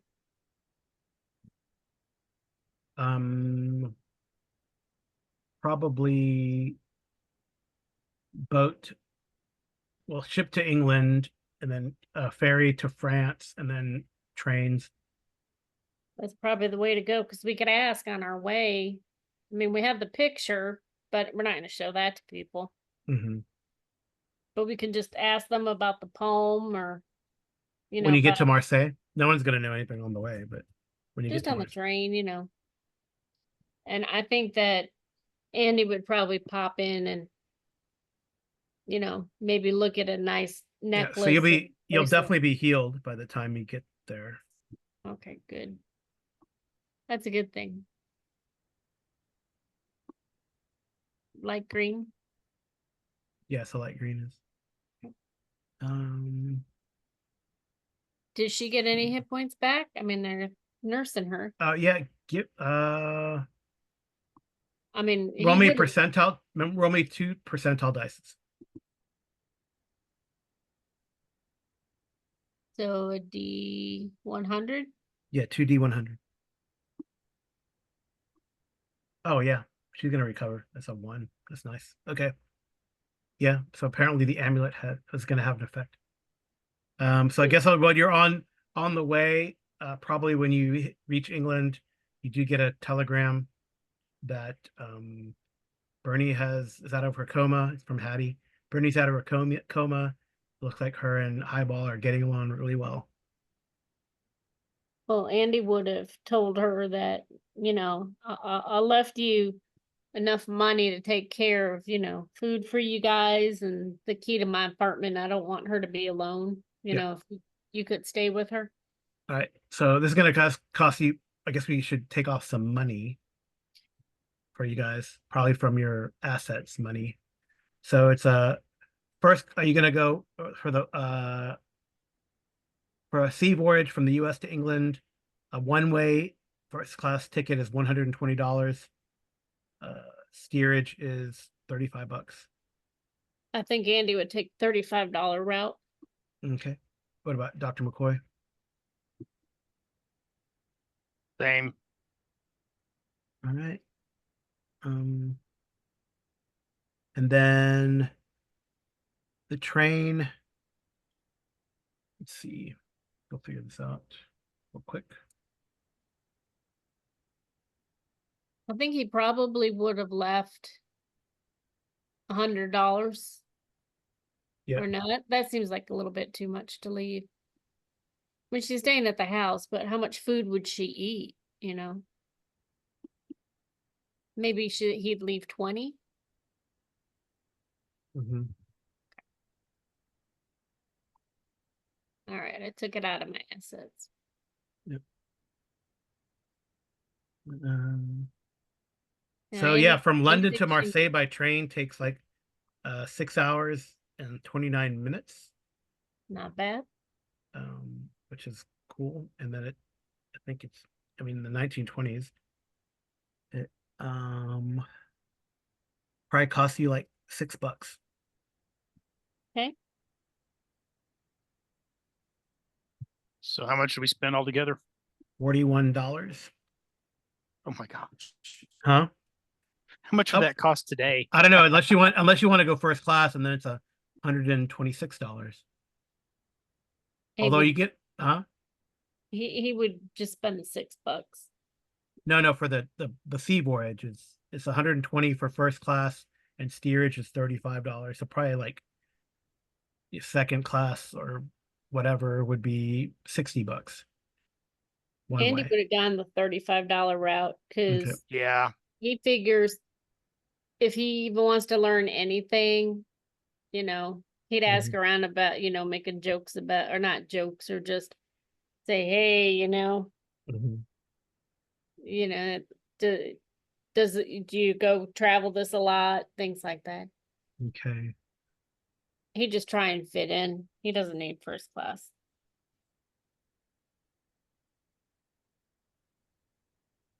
Different story if Bernadette was with him. But Right. Yeah, so I guess you can pack your weapons, right? You can't carry them around on the boat or anything, or on the train. But they will get them back to you at Marseille.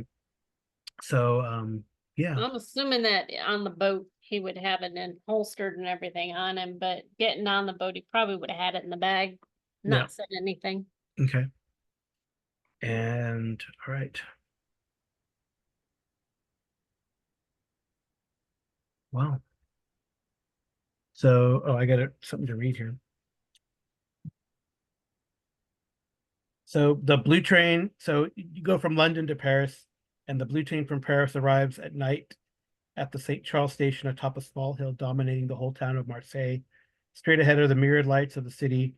On the right, the black stain of the waters of the Vue Port, the old port, a wide marble stairway. It's open, but it's not yet completely, well, it's finished now, but it's a wide marble stairway, leads all the way down to the very heart of Marseille. Canbière Street is bristling with lights, crowded.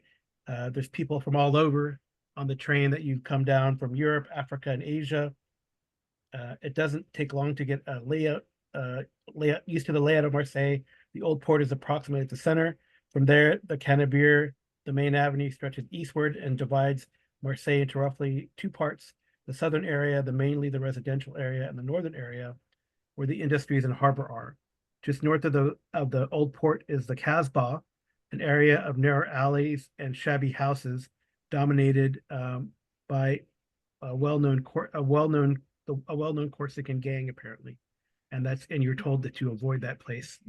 Um, the travel guide tells you to avoid that place. There is a hotel that's recommended called the Grand Hotel on the Canabier. There's also many boarding houses around the old port that cater to foreigners. Most of these places are controlled or protected by a local gang. I'm not the Grand Hotel, but that's not necessarily your business. So it's never very cold in Marseille. Has a dry wind. It's called the Mistral that blows violently during the cold season when it does get cold. They love fish soup in Marseille. Hmm. Andy And would it's also definitely. something you probably learned, Dr. McCoy, also is that Marseille is notorious across Europe for its criminal organizations. Yep. One of Well, these Andy places is the would. Casbah near the old port. But other than that, Marseille is a safe place. Well, Andy would ask the one that talking to him, are the boarding houses, if I was coming over here and I wanted to get information on somebody, or the boarding house is a place I could go. I mean, do they keep lists or anything? There, I could show you. Welcome to Marseille. That's probably the Canabier that goes down towards the old port. And then I will switch you over.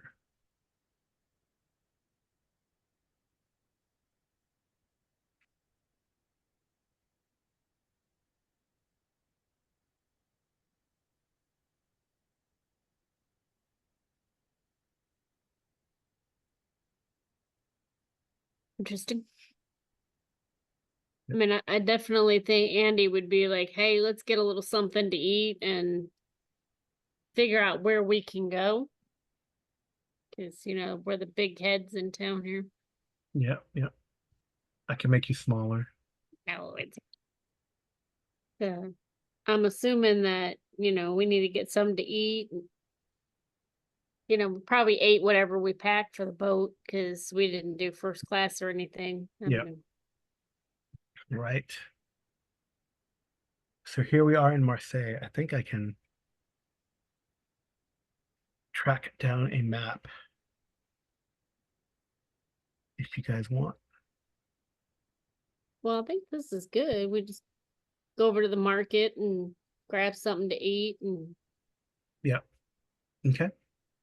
Yeah. and It's like I'll look around to see if I can buy a bottle of that champagne, take back to Bernie. And Mhm. All I right. mean, we've been together 2 years, and I don't know how I feel about buying a ring yet. What do you think, McCoy? I mean, there's got to be a gorgeous ring around here somewhere. Yep. So give me you can give me a photography roll, or I can have Bernie roll photography. She has a 40. Oh, is she here with us? I thought she stayed No, behind. she's not, but she took a picture of the body. So you can ask Okay, around so for roll her Oh, okay. photography. yeah. Yeah. I don't know where her photography is. It's on that list of skills. If you Hidden Cthulhu. it's right there. History. Art craft photography. After Okay. Spot did.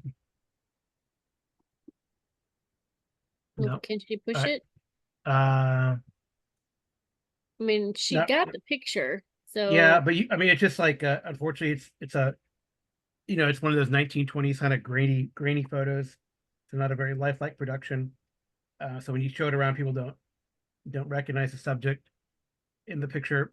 So you guys can make a however you want to go about like luck? no. It's, However you want to go about talking to people. So either charm or intimidate to who's this person. well, I You can think, also ask about about the other person, the other picture too, because you have that. well, I don't want to freak people out yet. Okay. I think I would charm people. Charm. Okay. Sorry, I need to change this mode here. There you go. Couldn't see my tokens. Mhm. Okay. So charm. Yep. I apologize. Sorry to our viewers. You can take this opportunity to give me a thumbs up if you think I'm gonna make it, or You got a thumbs pretty good down. charm. Yeah, Oh, fine. wow. All right.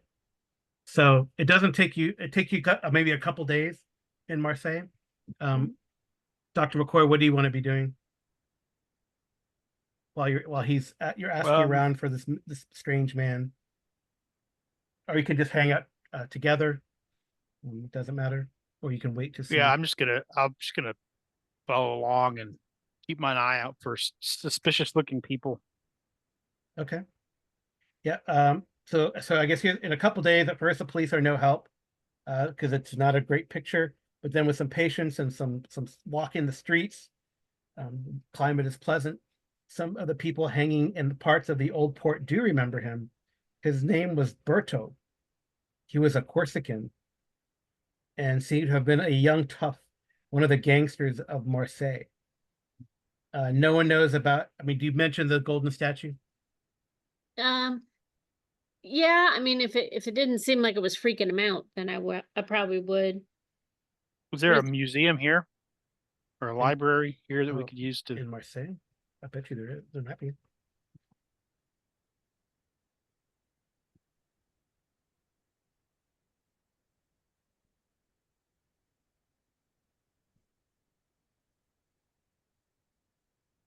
I love how they back these cars in. Are they for sale? It just I don't know. It just supposed to we give like that 1930s kind of view, right? Yeah, I mean, I think Andy would have tried to sweet talk himself with that charm into, somebody letting them borrow a car. Oh yeah, with an extreme success, sure you can get a car. Okay. It's one of those. It's not. It's like a small car. It's still like a 1930s style, like a small Fiat type of thing. Yeah, that's fine. If those are around, I'm sure those are around. Okay. Museums in Marseille. So, of course, that is beyond the scope of the adventure, but I can Google. We all like Google. Yep.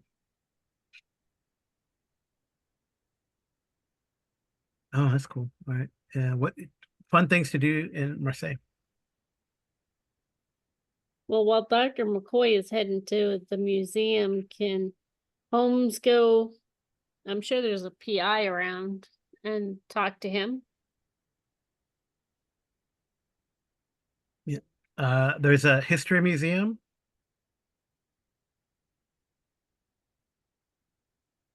Well, there's like 30 museums in Marseille covering all periods of history from antiquity to nowadays. Antiquity. We like antiquity. Uh,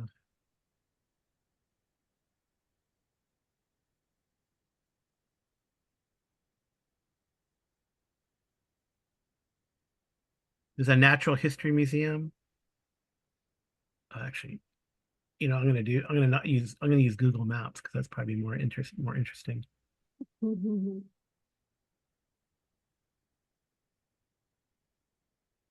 But there are a lot of museums. Yeah, I mean, we've been here several days. I'd probably get making rounds to all the museums and libraries, seeing what I can find Yeah, that's great. Okay. about this statue,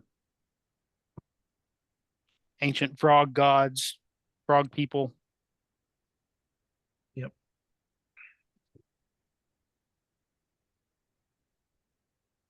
Ribbit, ribbit. I'm just curious how they turned into frogs. Is it have something to do with that statue or Metamorphosis. huh? Oh, that was a biology joke. What is this one?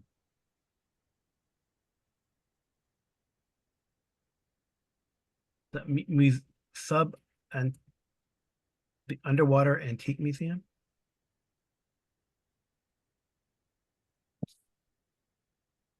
I don't know why Google's slow.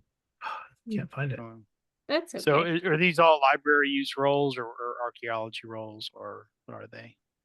Or Yeah, I mean, you probably go I suppose I have to show my credentials and convince them that I'm a yeah. colleague. There's definitely like the history museum. Okay. So what? And there's a Mediterranean archaeology museum.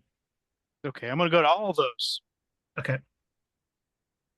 All right. Cool. All right. Which is exactly what I would do if I was there in real life. I would go to all the history and archaeology, and Mhm. Real I like life this one. role. nobody This likes to is go on like- vacation with me because all I want to do is go to the museums. Oh, I'd love that. No, we go to the roller coaster later. But we got to go to the museum right now. Oh, Yep. well, I mean, if you go down to South Texas and you're heading towards the Gulf area, there's so much history from the battles. Yeah. I Mhm. think we literally spent more time at battlefields and looking at that and lighthouses that by the time we got to the hotel, it was like, oh, there's the beach. All right. I like this. This is cool. So you go to the museum, the Archaeology Museum of the Mediterranean. So give me a library use role. Ooh. Oh my God. Oh, I don't what know. There's happens if he nothing. pushes it? I mean, there's also the really- history. There's a modern. There's a history Is there museum. is there any way to like change your odds on stuff? You mean like? I mean, you can use like you can push your roll if you wish to push it, but there could be consequences if you No. fail again. And the only other way is luck.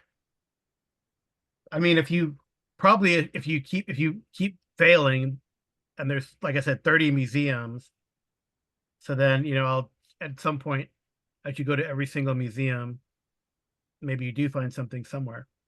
I bet if I just Like roll what? 30 D100, we'll see how many of them show up below 60. I don't know. Well, you can. I mean, you don't find anything there, but there's like a natural history museum. There's this Okay. museum of the Mediterranean. There's a Okay, there's one for natural history. so natural. Oh, so There's maybe you one go to, for the Museum of the Mediterranean. so natural history museum. That's like the big museum. So that's interesting. It's a 19th century museum hosting a vast bacterial, mineralogical, and zoological collections. Wow.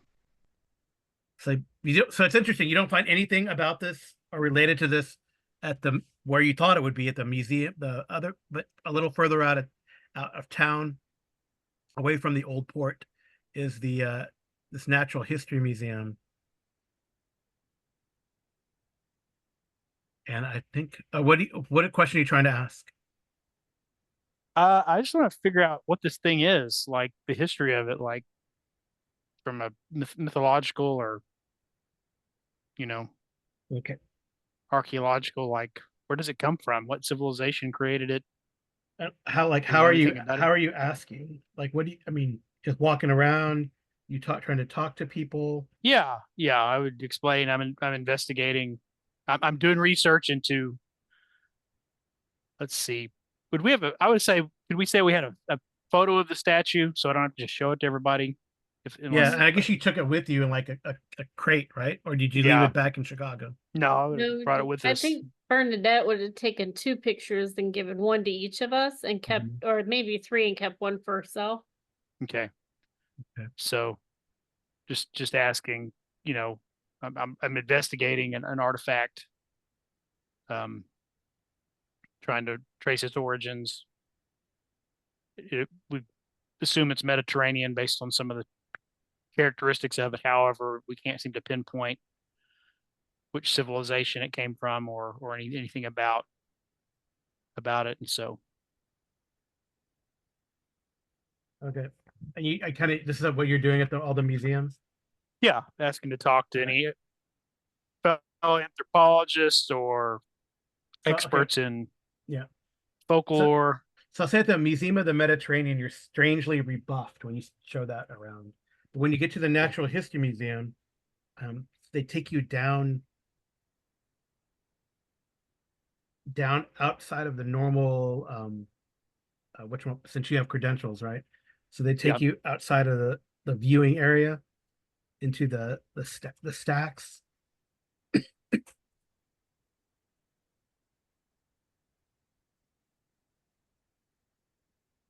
And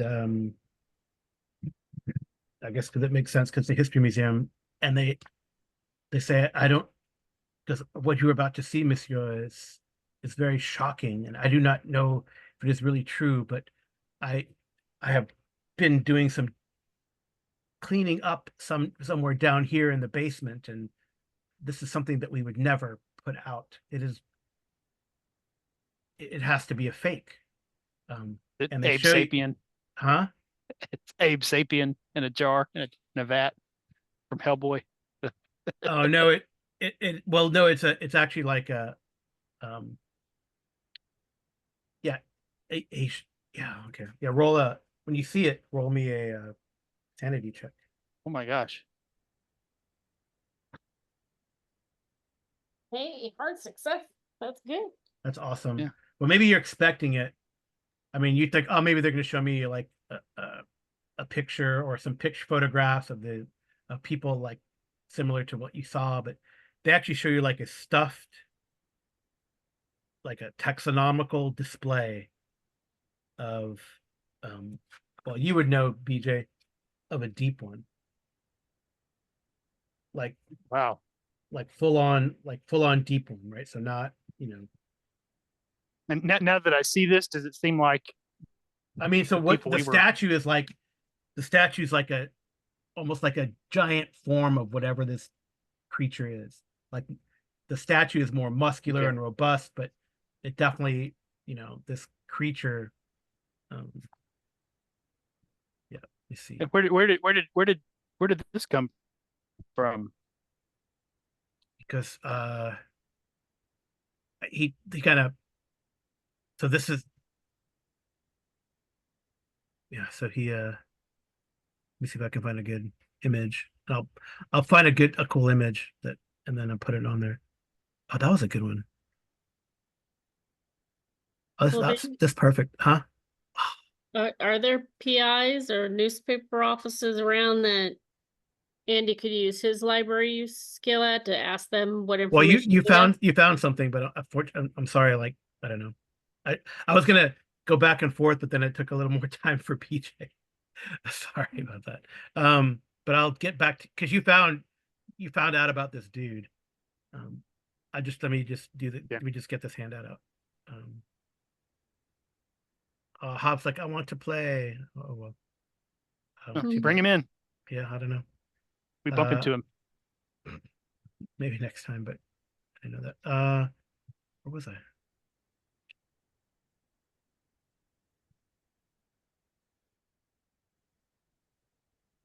I didn't think he liked Chicago. Hobbs? I think he lives in Chicago. I know. No, I didn't think he tried Cthulhu. This is actually a good one.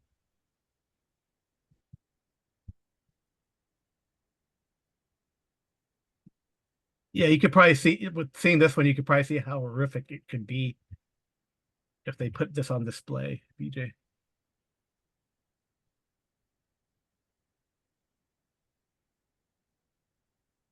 Don't ruin your hat. Yeah. He's And so funny looking. do I recognize the people we encountered were some sort of intermediary between this and a And a normal human? human? Yes. Oh, maybe you do. I don't know. Roll it. If you want your character to, you can. You don't have to roll. But that revelation could be problematic. Do I need another sanity check? Yes. Dang, you're like, well, I guess this is natural evolution. Or a hoax? Or a hoax?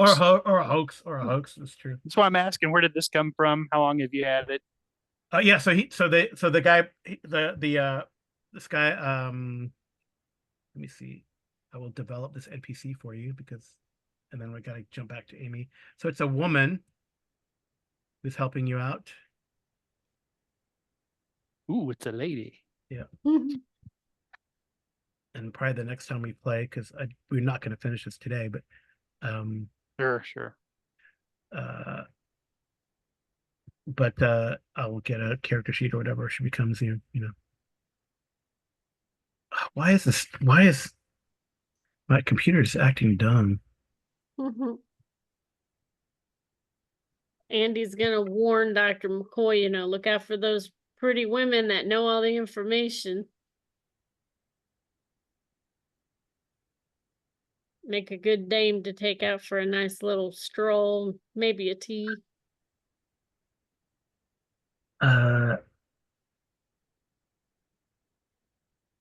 Oh wow, that's pretty fun. But I don't think there's prohibition here in France, so Oh no, not at all. we'll definitely be partaking. Sometimes you just gotta sample things one bottle at a time. Back home, I'm pretty sure.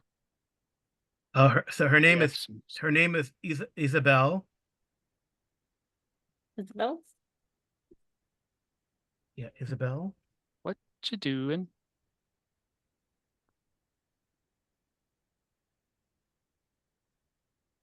And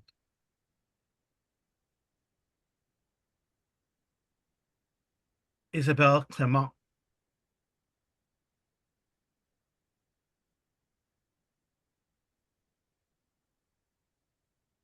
There you go.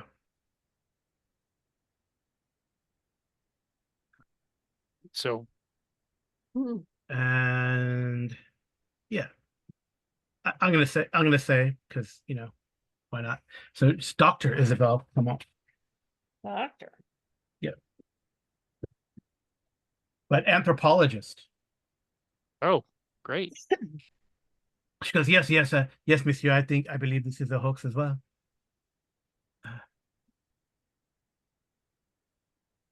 Where But did she it? Where did should. it? But she gives you. She goes, I will. Yes, for your curiosity, monsieur.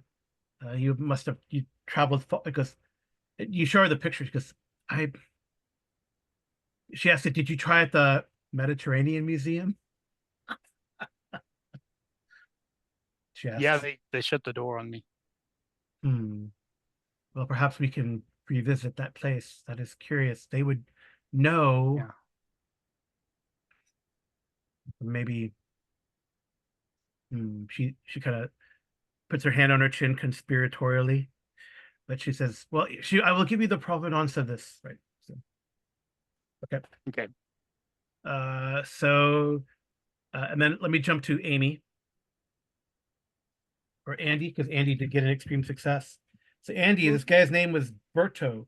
He was a Corsican, part of a gang, and the man's real name was Bertrand Maté.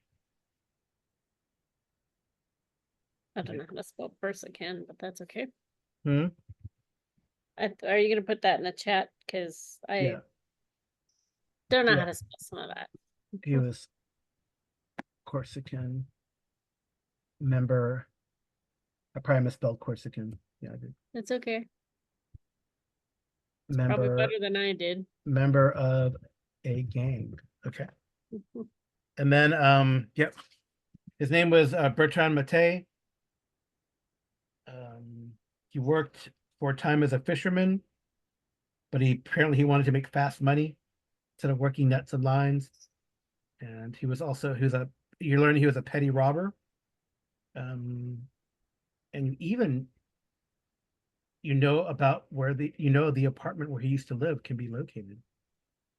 Do I have the address to that apartment? Yeah, and when you go there, you're still doing the leg. I mean, you're like a your PI, put your feet to the ground and find this stuff up. Even though the neighbors pretend not to speak English, What language do they speak? Just French? French. Maybe a couple speak probably Corsican too. But anyway, you do get out because again, just to remind users, she did get an extreme success further up there. The neighbors say that he left about a year ago, but not in a great hurry since he had time to pack all his belongings. He was single, had no relatives, but whatever dark matter he had been involved with is something he did not talk about.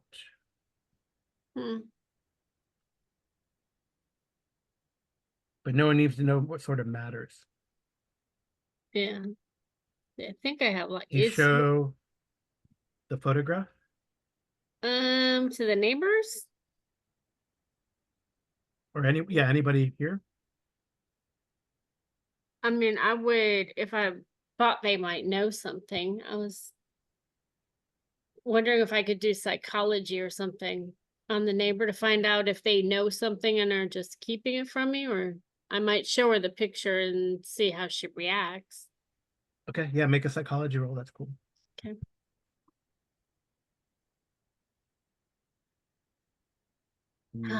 You can't tell, but you show her the picture anyway, right? A little bit, yeah. She kind of looks, because he looks at you and looks at the woman looks at you and looks at the picture, goes, Monsieur, why would you look for a woman like that? A woman like that, because maybe she's a butterfly. I'll ask her if she knows about that poem. Yeah, I mean, most French will be familiar with Baudelaire's poems and stuff. And I would say, well, maybe that was As his well as, butterfly. of course, being involved with a woman like that is going to lead to ruin and bloodshed. She goes, poor Berto. He says that she does tell you that if you're looking for that woman, Yeah, the did they give woman, me her name? no, she does not, but she says woman like that, based on her style of dress, you can find them in the Rue de Tromeges, which is not far from the Cannebrae and the center of town. And she says, Okay. but she is likely a filet de jour, which is a prostitute. Well, sometimes you just got to take one for the team. I will definitely head that way. Right. So quickly back to Dr. McCoy, then you guys can,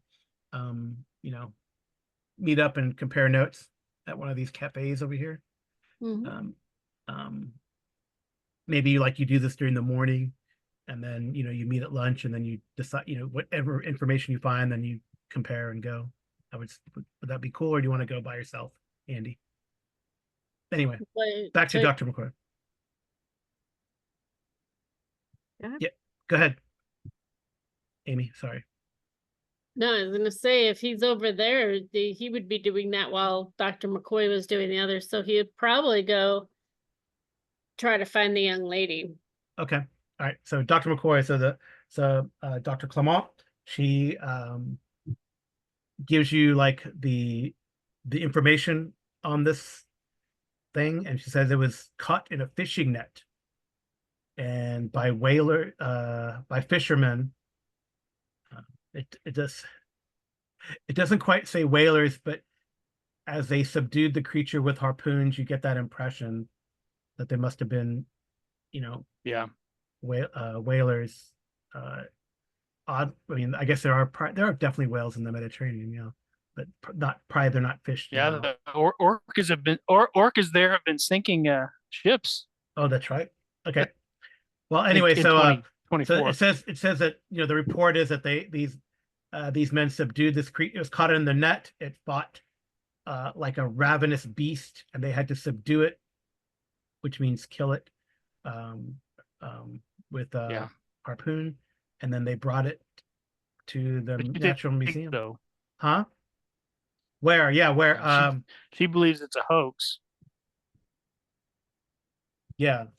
So she's like laughing while she's like laughing while she's like reading this, because it sounds, I mean, I don't know. I mean, it is so old, right? It is like, well, it's not, I mean, 18th century. No, that's late 1700s, right?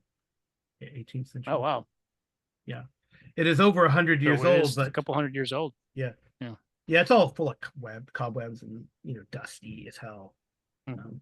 But okay. It still looks oddly slick. Yeah. So I want to see. Let's see.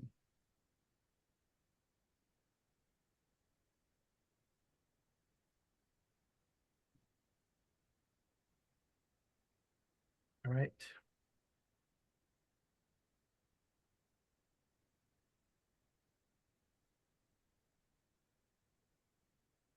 I think this whole time, so they say like when it says that they were 3 to 4 days off the coast, off the southern coast.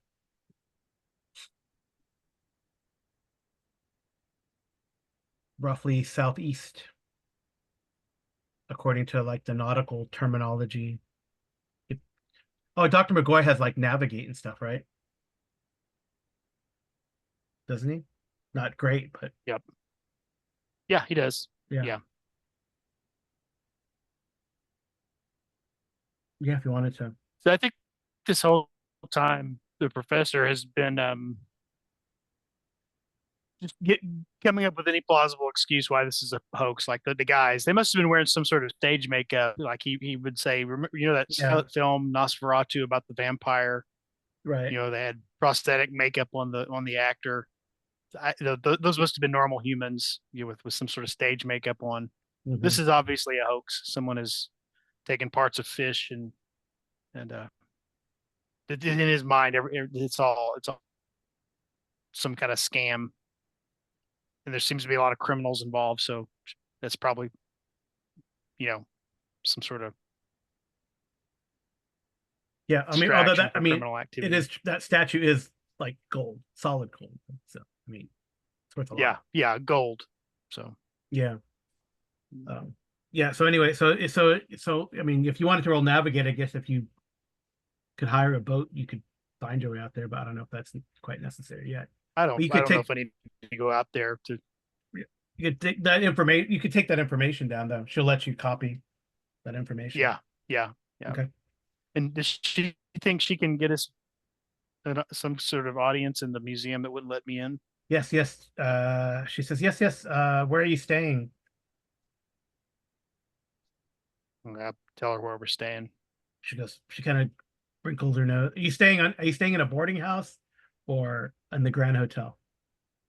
Andy would have stayed at a boarding house, Dr. but Dr. McCoy? McCoy can stay wherever he wants. Is there a hotel you would recommend? Because why are you not staying at the Grand? That is where most Americans stay. The boarding house, it is dangerous. You will get Marseille. She goes, yes, Marseille is very safe, but there are some places that are dangerous. Because, Monsieur, you are a professor. Why? Because if it is money, but do they not pay good salaries in they do. museums They in do. America?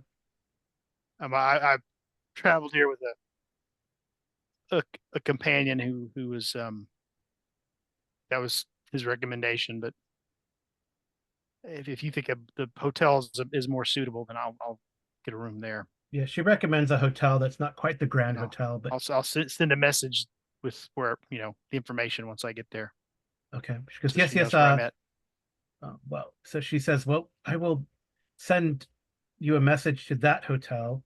It Okay. should be there by tomorrow if you would decide to stay there. And Okay. perhaps tomorrow, say lunchtime. Okay. To date. Okay. She kind of goes, but she goes, it was nice to meet you. I guess Nice to meet you. maybe she's a little, I mean, I guess she's like, he's showing this picture of this golden statue, but you're staying in like not slumming, but almost slumming. Yeah. So anyway, that's just my interpretation. Okay. All right. So back to Andy. In a narrow street line with small shops and bars, these girls in flashy garments are strolling the sidewalks, looking at the window of the petite bar Saint-Georges on the corner of the street. It's easy to see like the protector around. This guy makes sure that people don't bother the girls while they're out there. That's who Andy would go talk to unless he sees the girl that's in the picture. And he would say, you know, I need to speak to him if you know where he is, where she is. Right. So, yes. So You can You talk need- to the women, or you can talk to the Assuming I need to talk to the guy first. all right. Okay, so you go to him and he goes, Marie Papillon, Should I use je la charm? connais, which means I know her. Well, it's imperative that I speak with her. I feel as though her friend that calls her the butterfly, he Okay. might be in trouble, and I need to speak to her. It says, bonjour, bonjour, passe-moi, passe the top.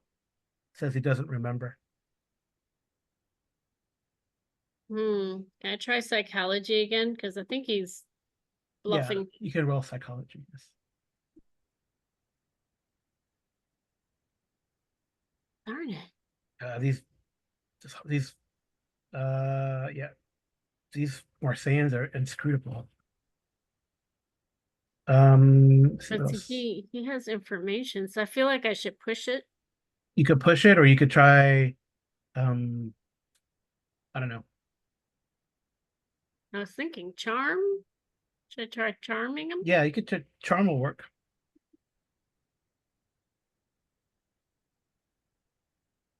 That's- Okay. He holds out his hand. He goes, but he says I don't know the French, so I don't speak French, but he says in French, he holds out his hand, says in French, but sometimes I can remember with a franc or two or more. You know, if you can get me a meeting with her, and he'll wink at him because I'm assuming he knows what he means by that. Mhm. Then he'll give her, I would think the going rate is $5 or 5 francs. I don't know how much a franc is to a dollar, but I don't know what it is. So you can give him like 5 francs. yeah. All right. So he goes, yes. He goes, je me souviens maintenant, which I remember now. Eh bien, il faut aller à Café Colombani. Is that So where she is basically at go to with the bar, the Café Colombani. you? And who It is should I it is ask in Rue for? Cassier near the old port. Ask And- there for her. She is a singer. And what name does she go by? Well, you said butterfly, so Yeah, so if I just ask for the butterfly, I will because find. I don't know anything else. Have a nice day, monsieur. But now I have some business to attend, and he kind of looks at there's some men talking to some of the girls. So he says, good day. Good day. I very much appreciate your help. Okay. Are you gonna keep pushing this? Or are you gonna try to meet with Dr. McCoy? I want to go find the butterfly. Okay. So you continue, you go to this place. The Café Colombran is in Rue Cassier, right in the middle of the Casbah of Marseilles. I mean, it definitely looks shady. I'm sure it does. You have to climb from the port where you were. You have to climb a narrow, steep flight of stairs that lead right inside the Corsican quarter. For the most part, motor vehicles cannot enter this oldest part of the city. Everywhere the streets are narrow and dark, and their names are appropriate. Rue de Pistole, Rue de la Prison. So Gun Street, Prison Street. Clothes hang from the windows of the place, and the place smells like fish. It's definitely overcrowded. Groups of street urchins follow you, mocking you in French. Faces appear in the window and then hide and disappear behind curtains. Young men hang out on the corners wearing berets and looking tough and mean. So, Is the butterfly yeah, a give me a power roll. power roll? Yeah, it'd be like how you carry yourself through here, so people don't mess with you unless you want to be messed with. I don't want to be messed with. Okay. Yeah, they leave you alone for now, but you're definitely being watched. Which is fine. But they probably send like the little urchins to follow you, not like any of the toughs are following you. All right. So the street is large compared with most of the Casbah's alleyways. It's also lighted here. I guess you guys are gonna meet back at dinner as you spend all day going through museums, and Andy, you spend all day tracking down these leads. Mhm. Okay, Did I find her? I'm getting there. Okay. There's numerous bars, girls in fancy dress trying to lure customers inside. You can see the Cafe Colombani looks reasonably civilized, not like the other rat holes.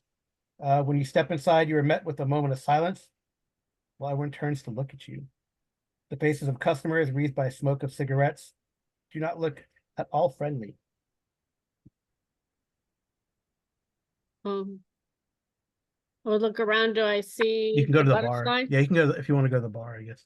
I'll go to the bar and I'll order, Mhm. let's see, how about a gin on the rocks? Okay. And if I see her, then I would order a glass of champagne to be sent to her from him. Mhm. All right. Oh, you do not see her there. But if you when you ask the bartender, I guess you show the picture. Mm-hmm. She says she does not come until night. Until night. Yes. Can I leave a message for her? If I Sure. write out a message, can she get it? I Yes, I believe will. a good friend of hers might be ill and I need to speak with her about him. He looks at you. I guess charm Yeah. would be appropriate here. Trying so hard not to throw anything in that sounds Polish or Russian here. Wrong game. Okay. He There we says, go. I will give her the message. And your name, monsieur? My name is Mr. Holmes. And I very much appreciate your assistance and He says, know. come back. If you wish to see her, come back around 10 p.m. well, the pleasure would be mine. Will she be singing? And dancing.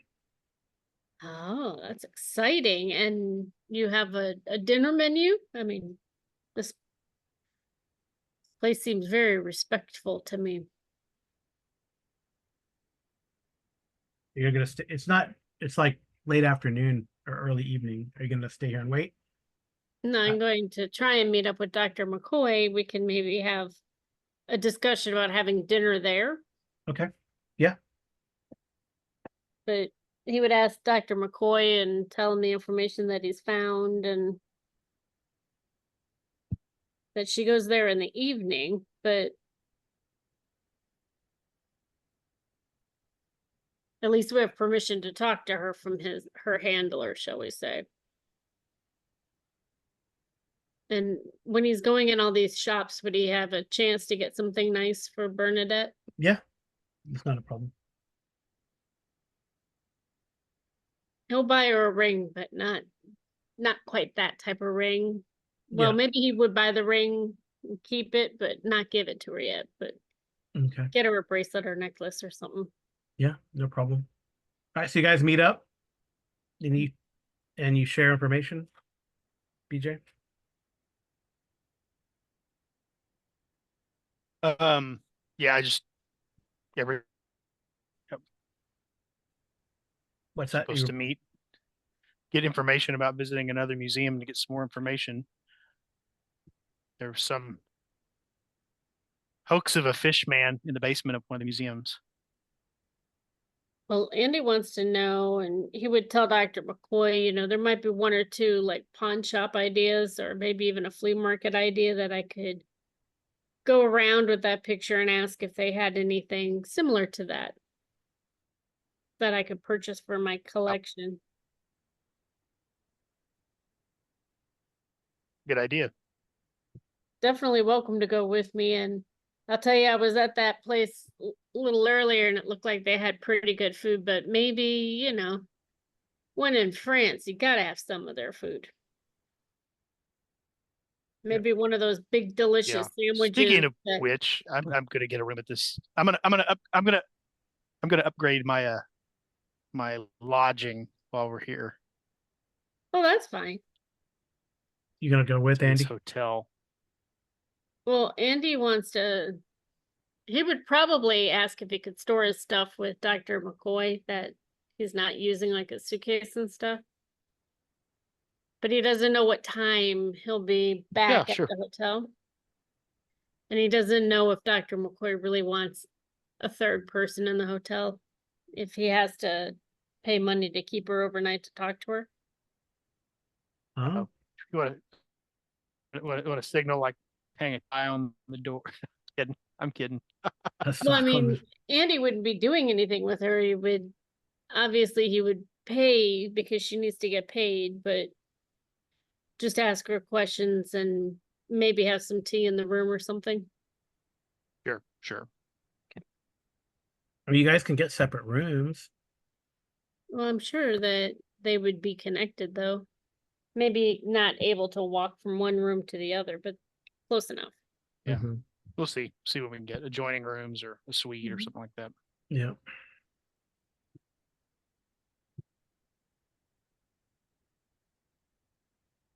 Andy would like to pick up just a little packet of flowers on his way because, it's always nice to give somebody some flowers after a performance. Oh, the Grand Hotel is right there in the old port. That's crazy.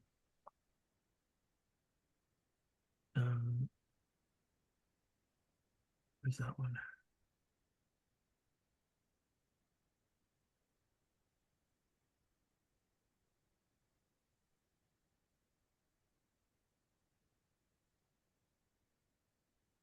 And Andy's looking Mentions at du this food Monde. over here.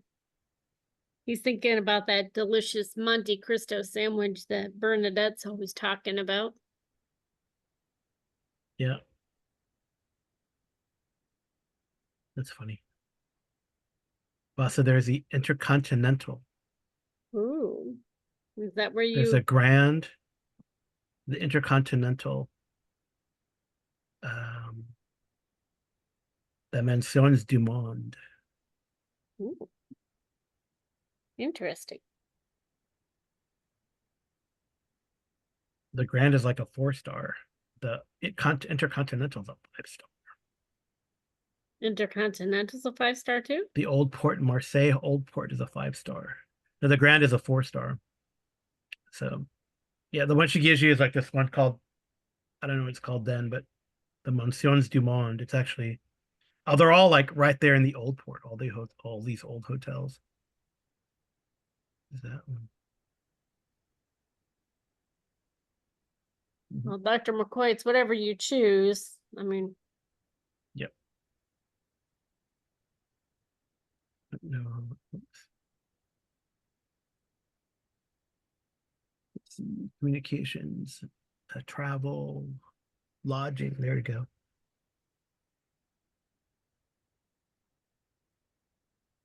Andy would also ask Dr. McCoy, wonder, I've seen some crazy things in my life, and I wonder if maybe the thing to do also is check out the pawn shops, maybe a library, an Yep. actual library, and see if I can't find a book on, like mythology that talks about idols they might have worshipped. Or Yeah. he's like, the Romans, they had an influence on people, so maybe. Yeah. So a good hotel is $9. A luxury hotel like the Grand or whatever is like $30. So, and you guys you're probably staying at a flea bag, so it's like $1. The boarding house is like $1 a night. So you guys have probably spent like $3 on lodging total. Okay, well, I'm gonna get a hotel room then. Okay. Yeah. $30 you said a night? The luxury hotels 30. But a good hotel is $24 for the week with service. That's probably Okay, a we'll get a good hotel. Okay. okay. So we'll do the last scene and then probably call it. But 10 o'clock rolls around as you guys move to this new lodgings there in the old port. Mhm. It's across from the Grand, but not quite the Grand, but it's okay. But it's a good hotel. I think Andy would have brought like a nice tie and Mm-hmm. make himself look as though he's going to like, not the opera, but Yep. similar. Yep. So anyway, so you get back to the Colombani, and like just to describe it again, the cafe is old and elaborately furnished with dark brown sculpted counter, Venetian mirrors, spiraling iron columns. The barman is still there, and he recognizes you, and he says this is the oldest bar in the Casbah, perhaps in all of Marseille. He says it opened in 1827 by a Corsican named André Pierre Colombani. Of course, the neighbors degenerated over the years, but we still maintain our dignity and tradition. Well, my And hat is off to you. I very much appreciate you keeping it it up. does have electric lighting. That's impressive. And you said they have food? Yeah. I think Andy would ask for a table close to the stage and, Yep. ask if he can present the flowers to the butterfly, obviously after her performance. And Yep. Yeah. So there's also like a bunch of drinking establishments that line the streets. So very different than what's going on in the US right now. Right. There's always like there's people talk, drink, play, checkers, occasionally chess. A lot of gambling, some dice games. Sorry, I shouldn't mention gambling because that seems to distract players. Anyway, all sorts of there's black coffee, there's draft beer is pretty popular, but there's also pastis, which is anise liquor, usually diluted with water. More exotic drinks are now being served out there. There's also douanier, which is absinthe. So if anyone is Andy would interested- ask what's available at the bar that he's at. Yeah, all that stuff. And he would ask what the butterfly likes to drink so that he could have that drink sent to her. Probably absinthe. All right. Then how about 3 absinthes? One for her, one for myself, and one for my esteemed colleague, Dr. McCoy. Okay. And should of take course, some of one the for stuff you. back. You should take some of this back to your girl. All right. Absinthe makes the heart grow fonder. I might have to buy a bottle. All right. So He will show the ring that he got to Dr. McCoy and say, I bought it. I'm really thinking strongly about this. I just don't know. Is 2 years really long enough? Yeah, who knows? Yeah, go for it. Right. So a little after 10 p.m., a woman wearing a fancy lame dress appears on the cafe's small stage. It definitely resembles the photo. She dances and sings, accompanied by a pianist. No match for maybe any Parisian performers like Misty Guay or Josephine Baker. She has a warm voice and dances with a certain butterfly-like grace. She steps down and moves to the bar, and they give her drinks that you bought, and she kind of looks, and then the bartender points over to you guys. So she comes over, she says in French, "Thank you for the drinks." Oh, the pleasure is all mine, ma'am. If you'd like to sit, I'd love to enjoy your company with my friend here for maybe even another drink. And I brought these beautiful flowers for such a beautiful butterfly like yourself. Yeah. Well, she switches to English and she speaks with a deliciously charming accent. I'm not going to do it. Well, he would ask if I'm assuming they got a picture So of she is her. she's a typically Corsican, not very tall. Her hair is dark, but she's definitely dressed more Parisian in particular. The sophisticated hairdo and makeup are the latest Parisian styles. And her accent is probably affected and sounds more Parisian than anything, as opposed to Corsican. All right. Well, Andy would get up and pull the chair out for her. Treat her as best as he can as, proper woman at that time. Because I am flattered that you people come to see me from overseas.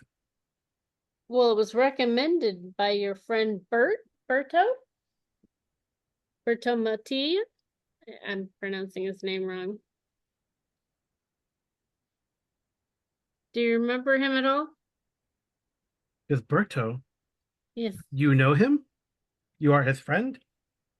I am a private investigator is he here? investigating.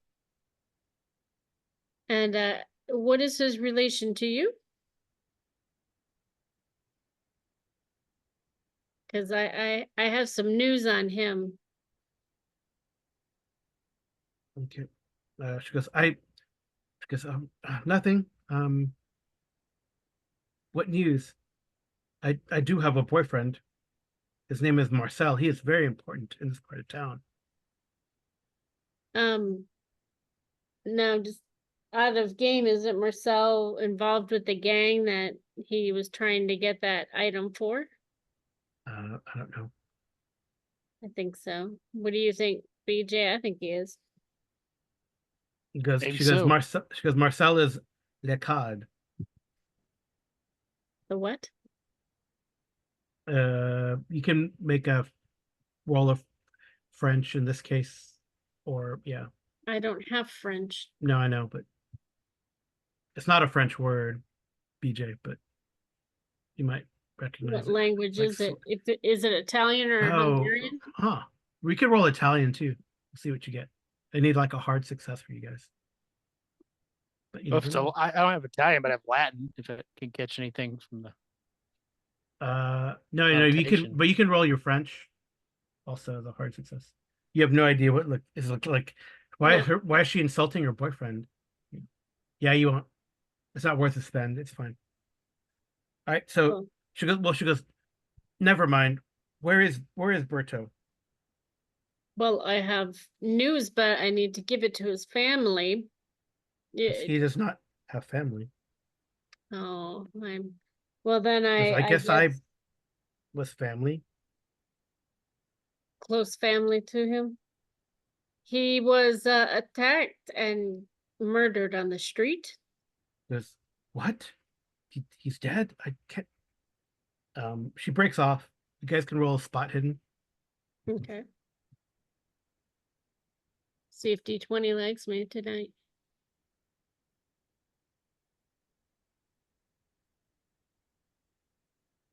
Jeez. Nope. All right. Can I push it? It's not gonna. I don't think it's worth. You'll find out soon enough. It just you would been able to prepare. But Can I try psychology on her? yeah, you could do psychology on it. It's fine. It'll most likely fail because D20 does not want to give me successes here. I will spend the luck. Or do you think I shouldn't? You can. Because I'll get some luck back. And it's only 3, so. All right, I will make it a success. Okay. Why did it? She definitely seems very upset by this news. She's not like pretending. But then she looks up and you guys look over your shoulder and you see some men coming. Well, Andy's gonna ask, is that your boyfriend? Yeah. She says she doesn't say anything. But there's a group of men that's just walked inside. They seem to be in a nasty mood.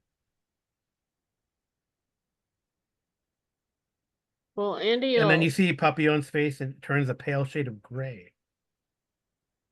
She says, "You should go. Say nothing to him." whose men are these? That's what she says. She's telling you, you should go. Say nothing to him. It is better for you and for me.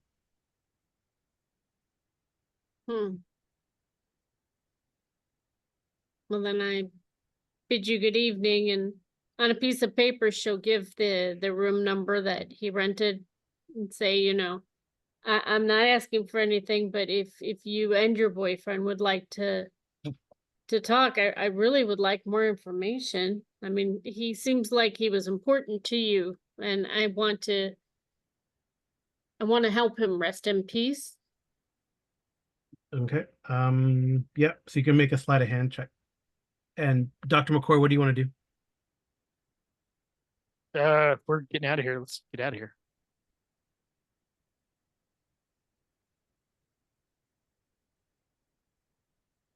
Hmm.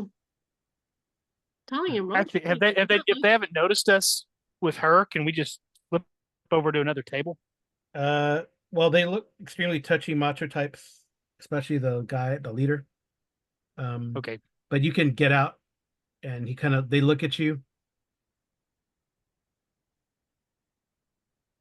Can I use stealth and try and get out of there? Yeah, you can just leave, but you could probably use stealth if you want to kind of hide in the Well, what crowd. I'm thinking is if they're not like actually coming to confront us, could we just move over to an adjacent table and try to eavesdrop on what they say to her? No, they're coming to confront you.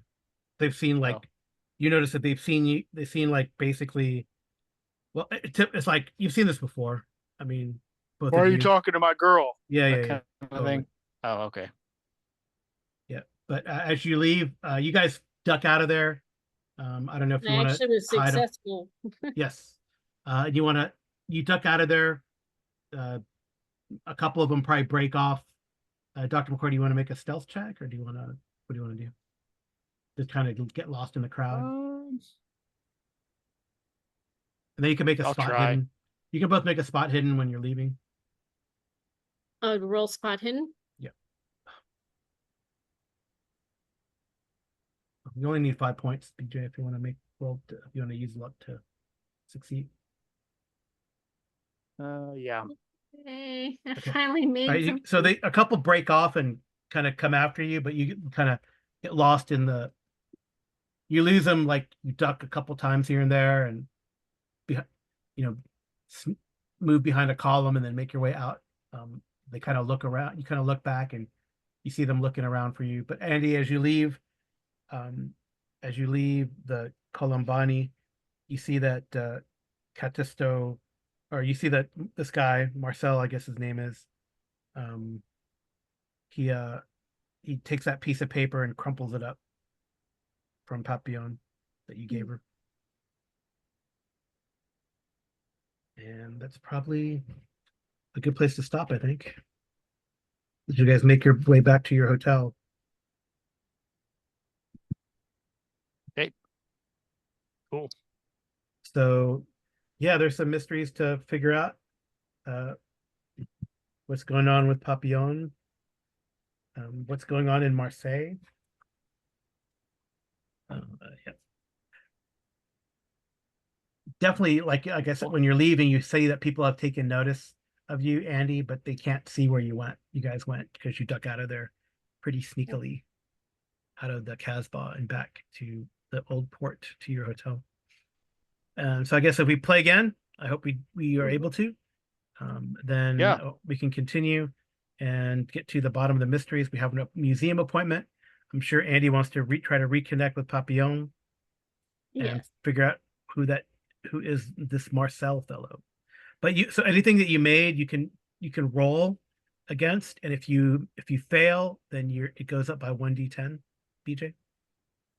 But do you want to let Anything BJ go first? Is it everything that succeeded, or just pick one? No, everything that succeeded without using luck or pushing it. Okay. Oh, nice. So your So French will failed go that up. one. So your French will go up by 1d10. Oh, it goes up if you fail? Yes, Yeah. if you fail, it Because goes up by you're 1. rolling over it. Okay. Yeah, you want to roll All over. right. Oops. Okay.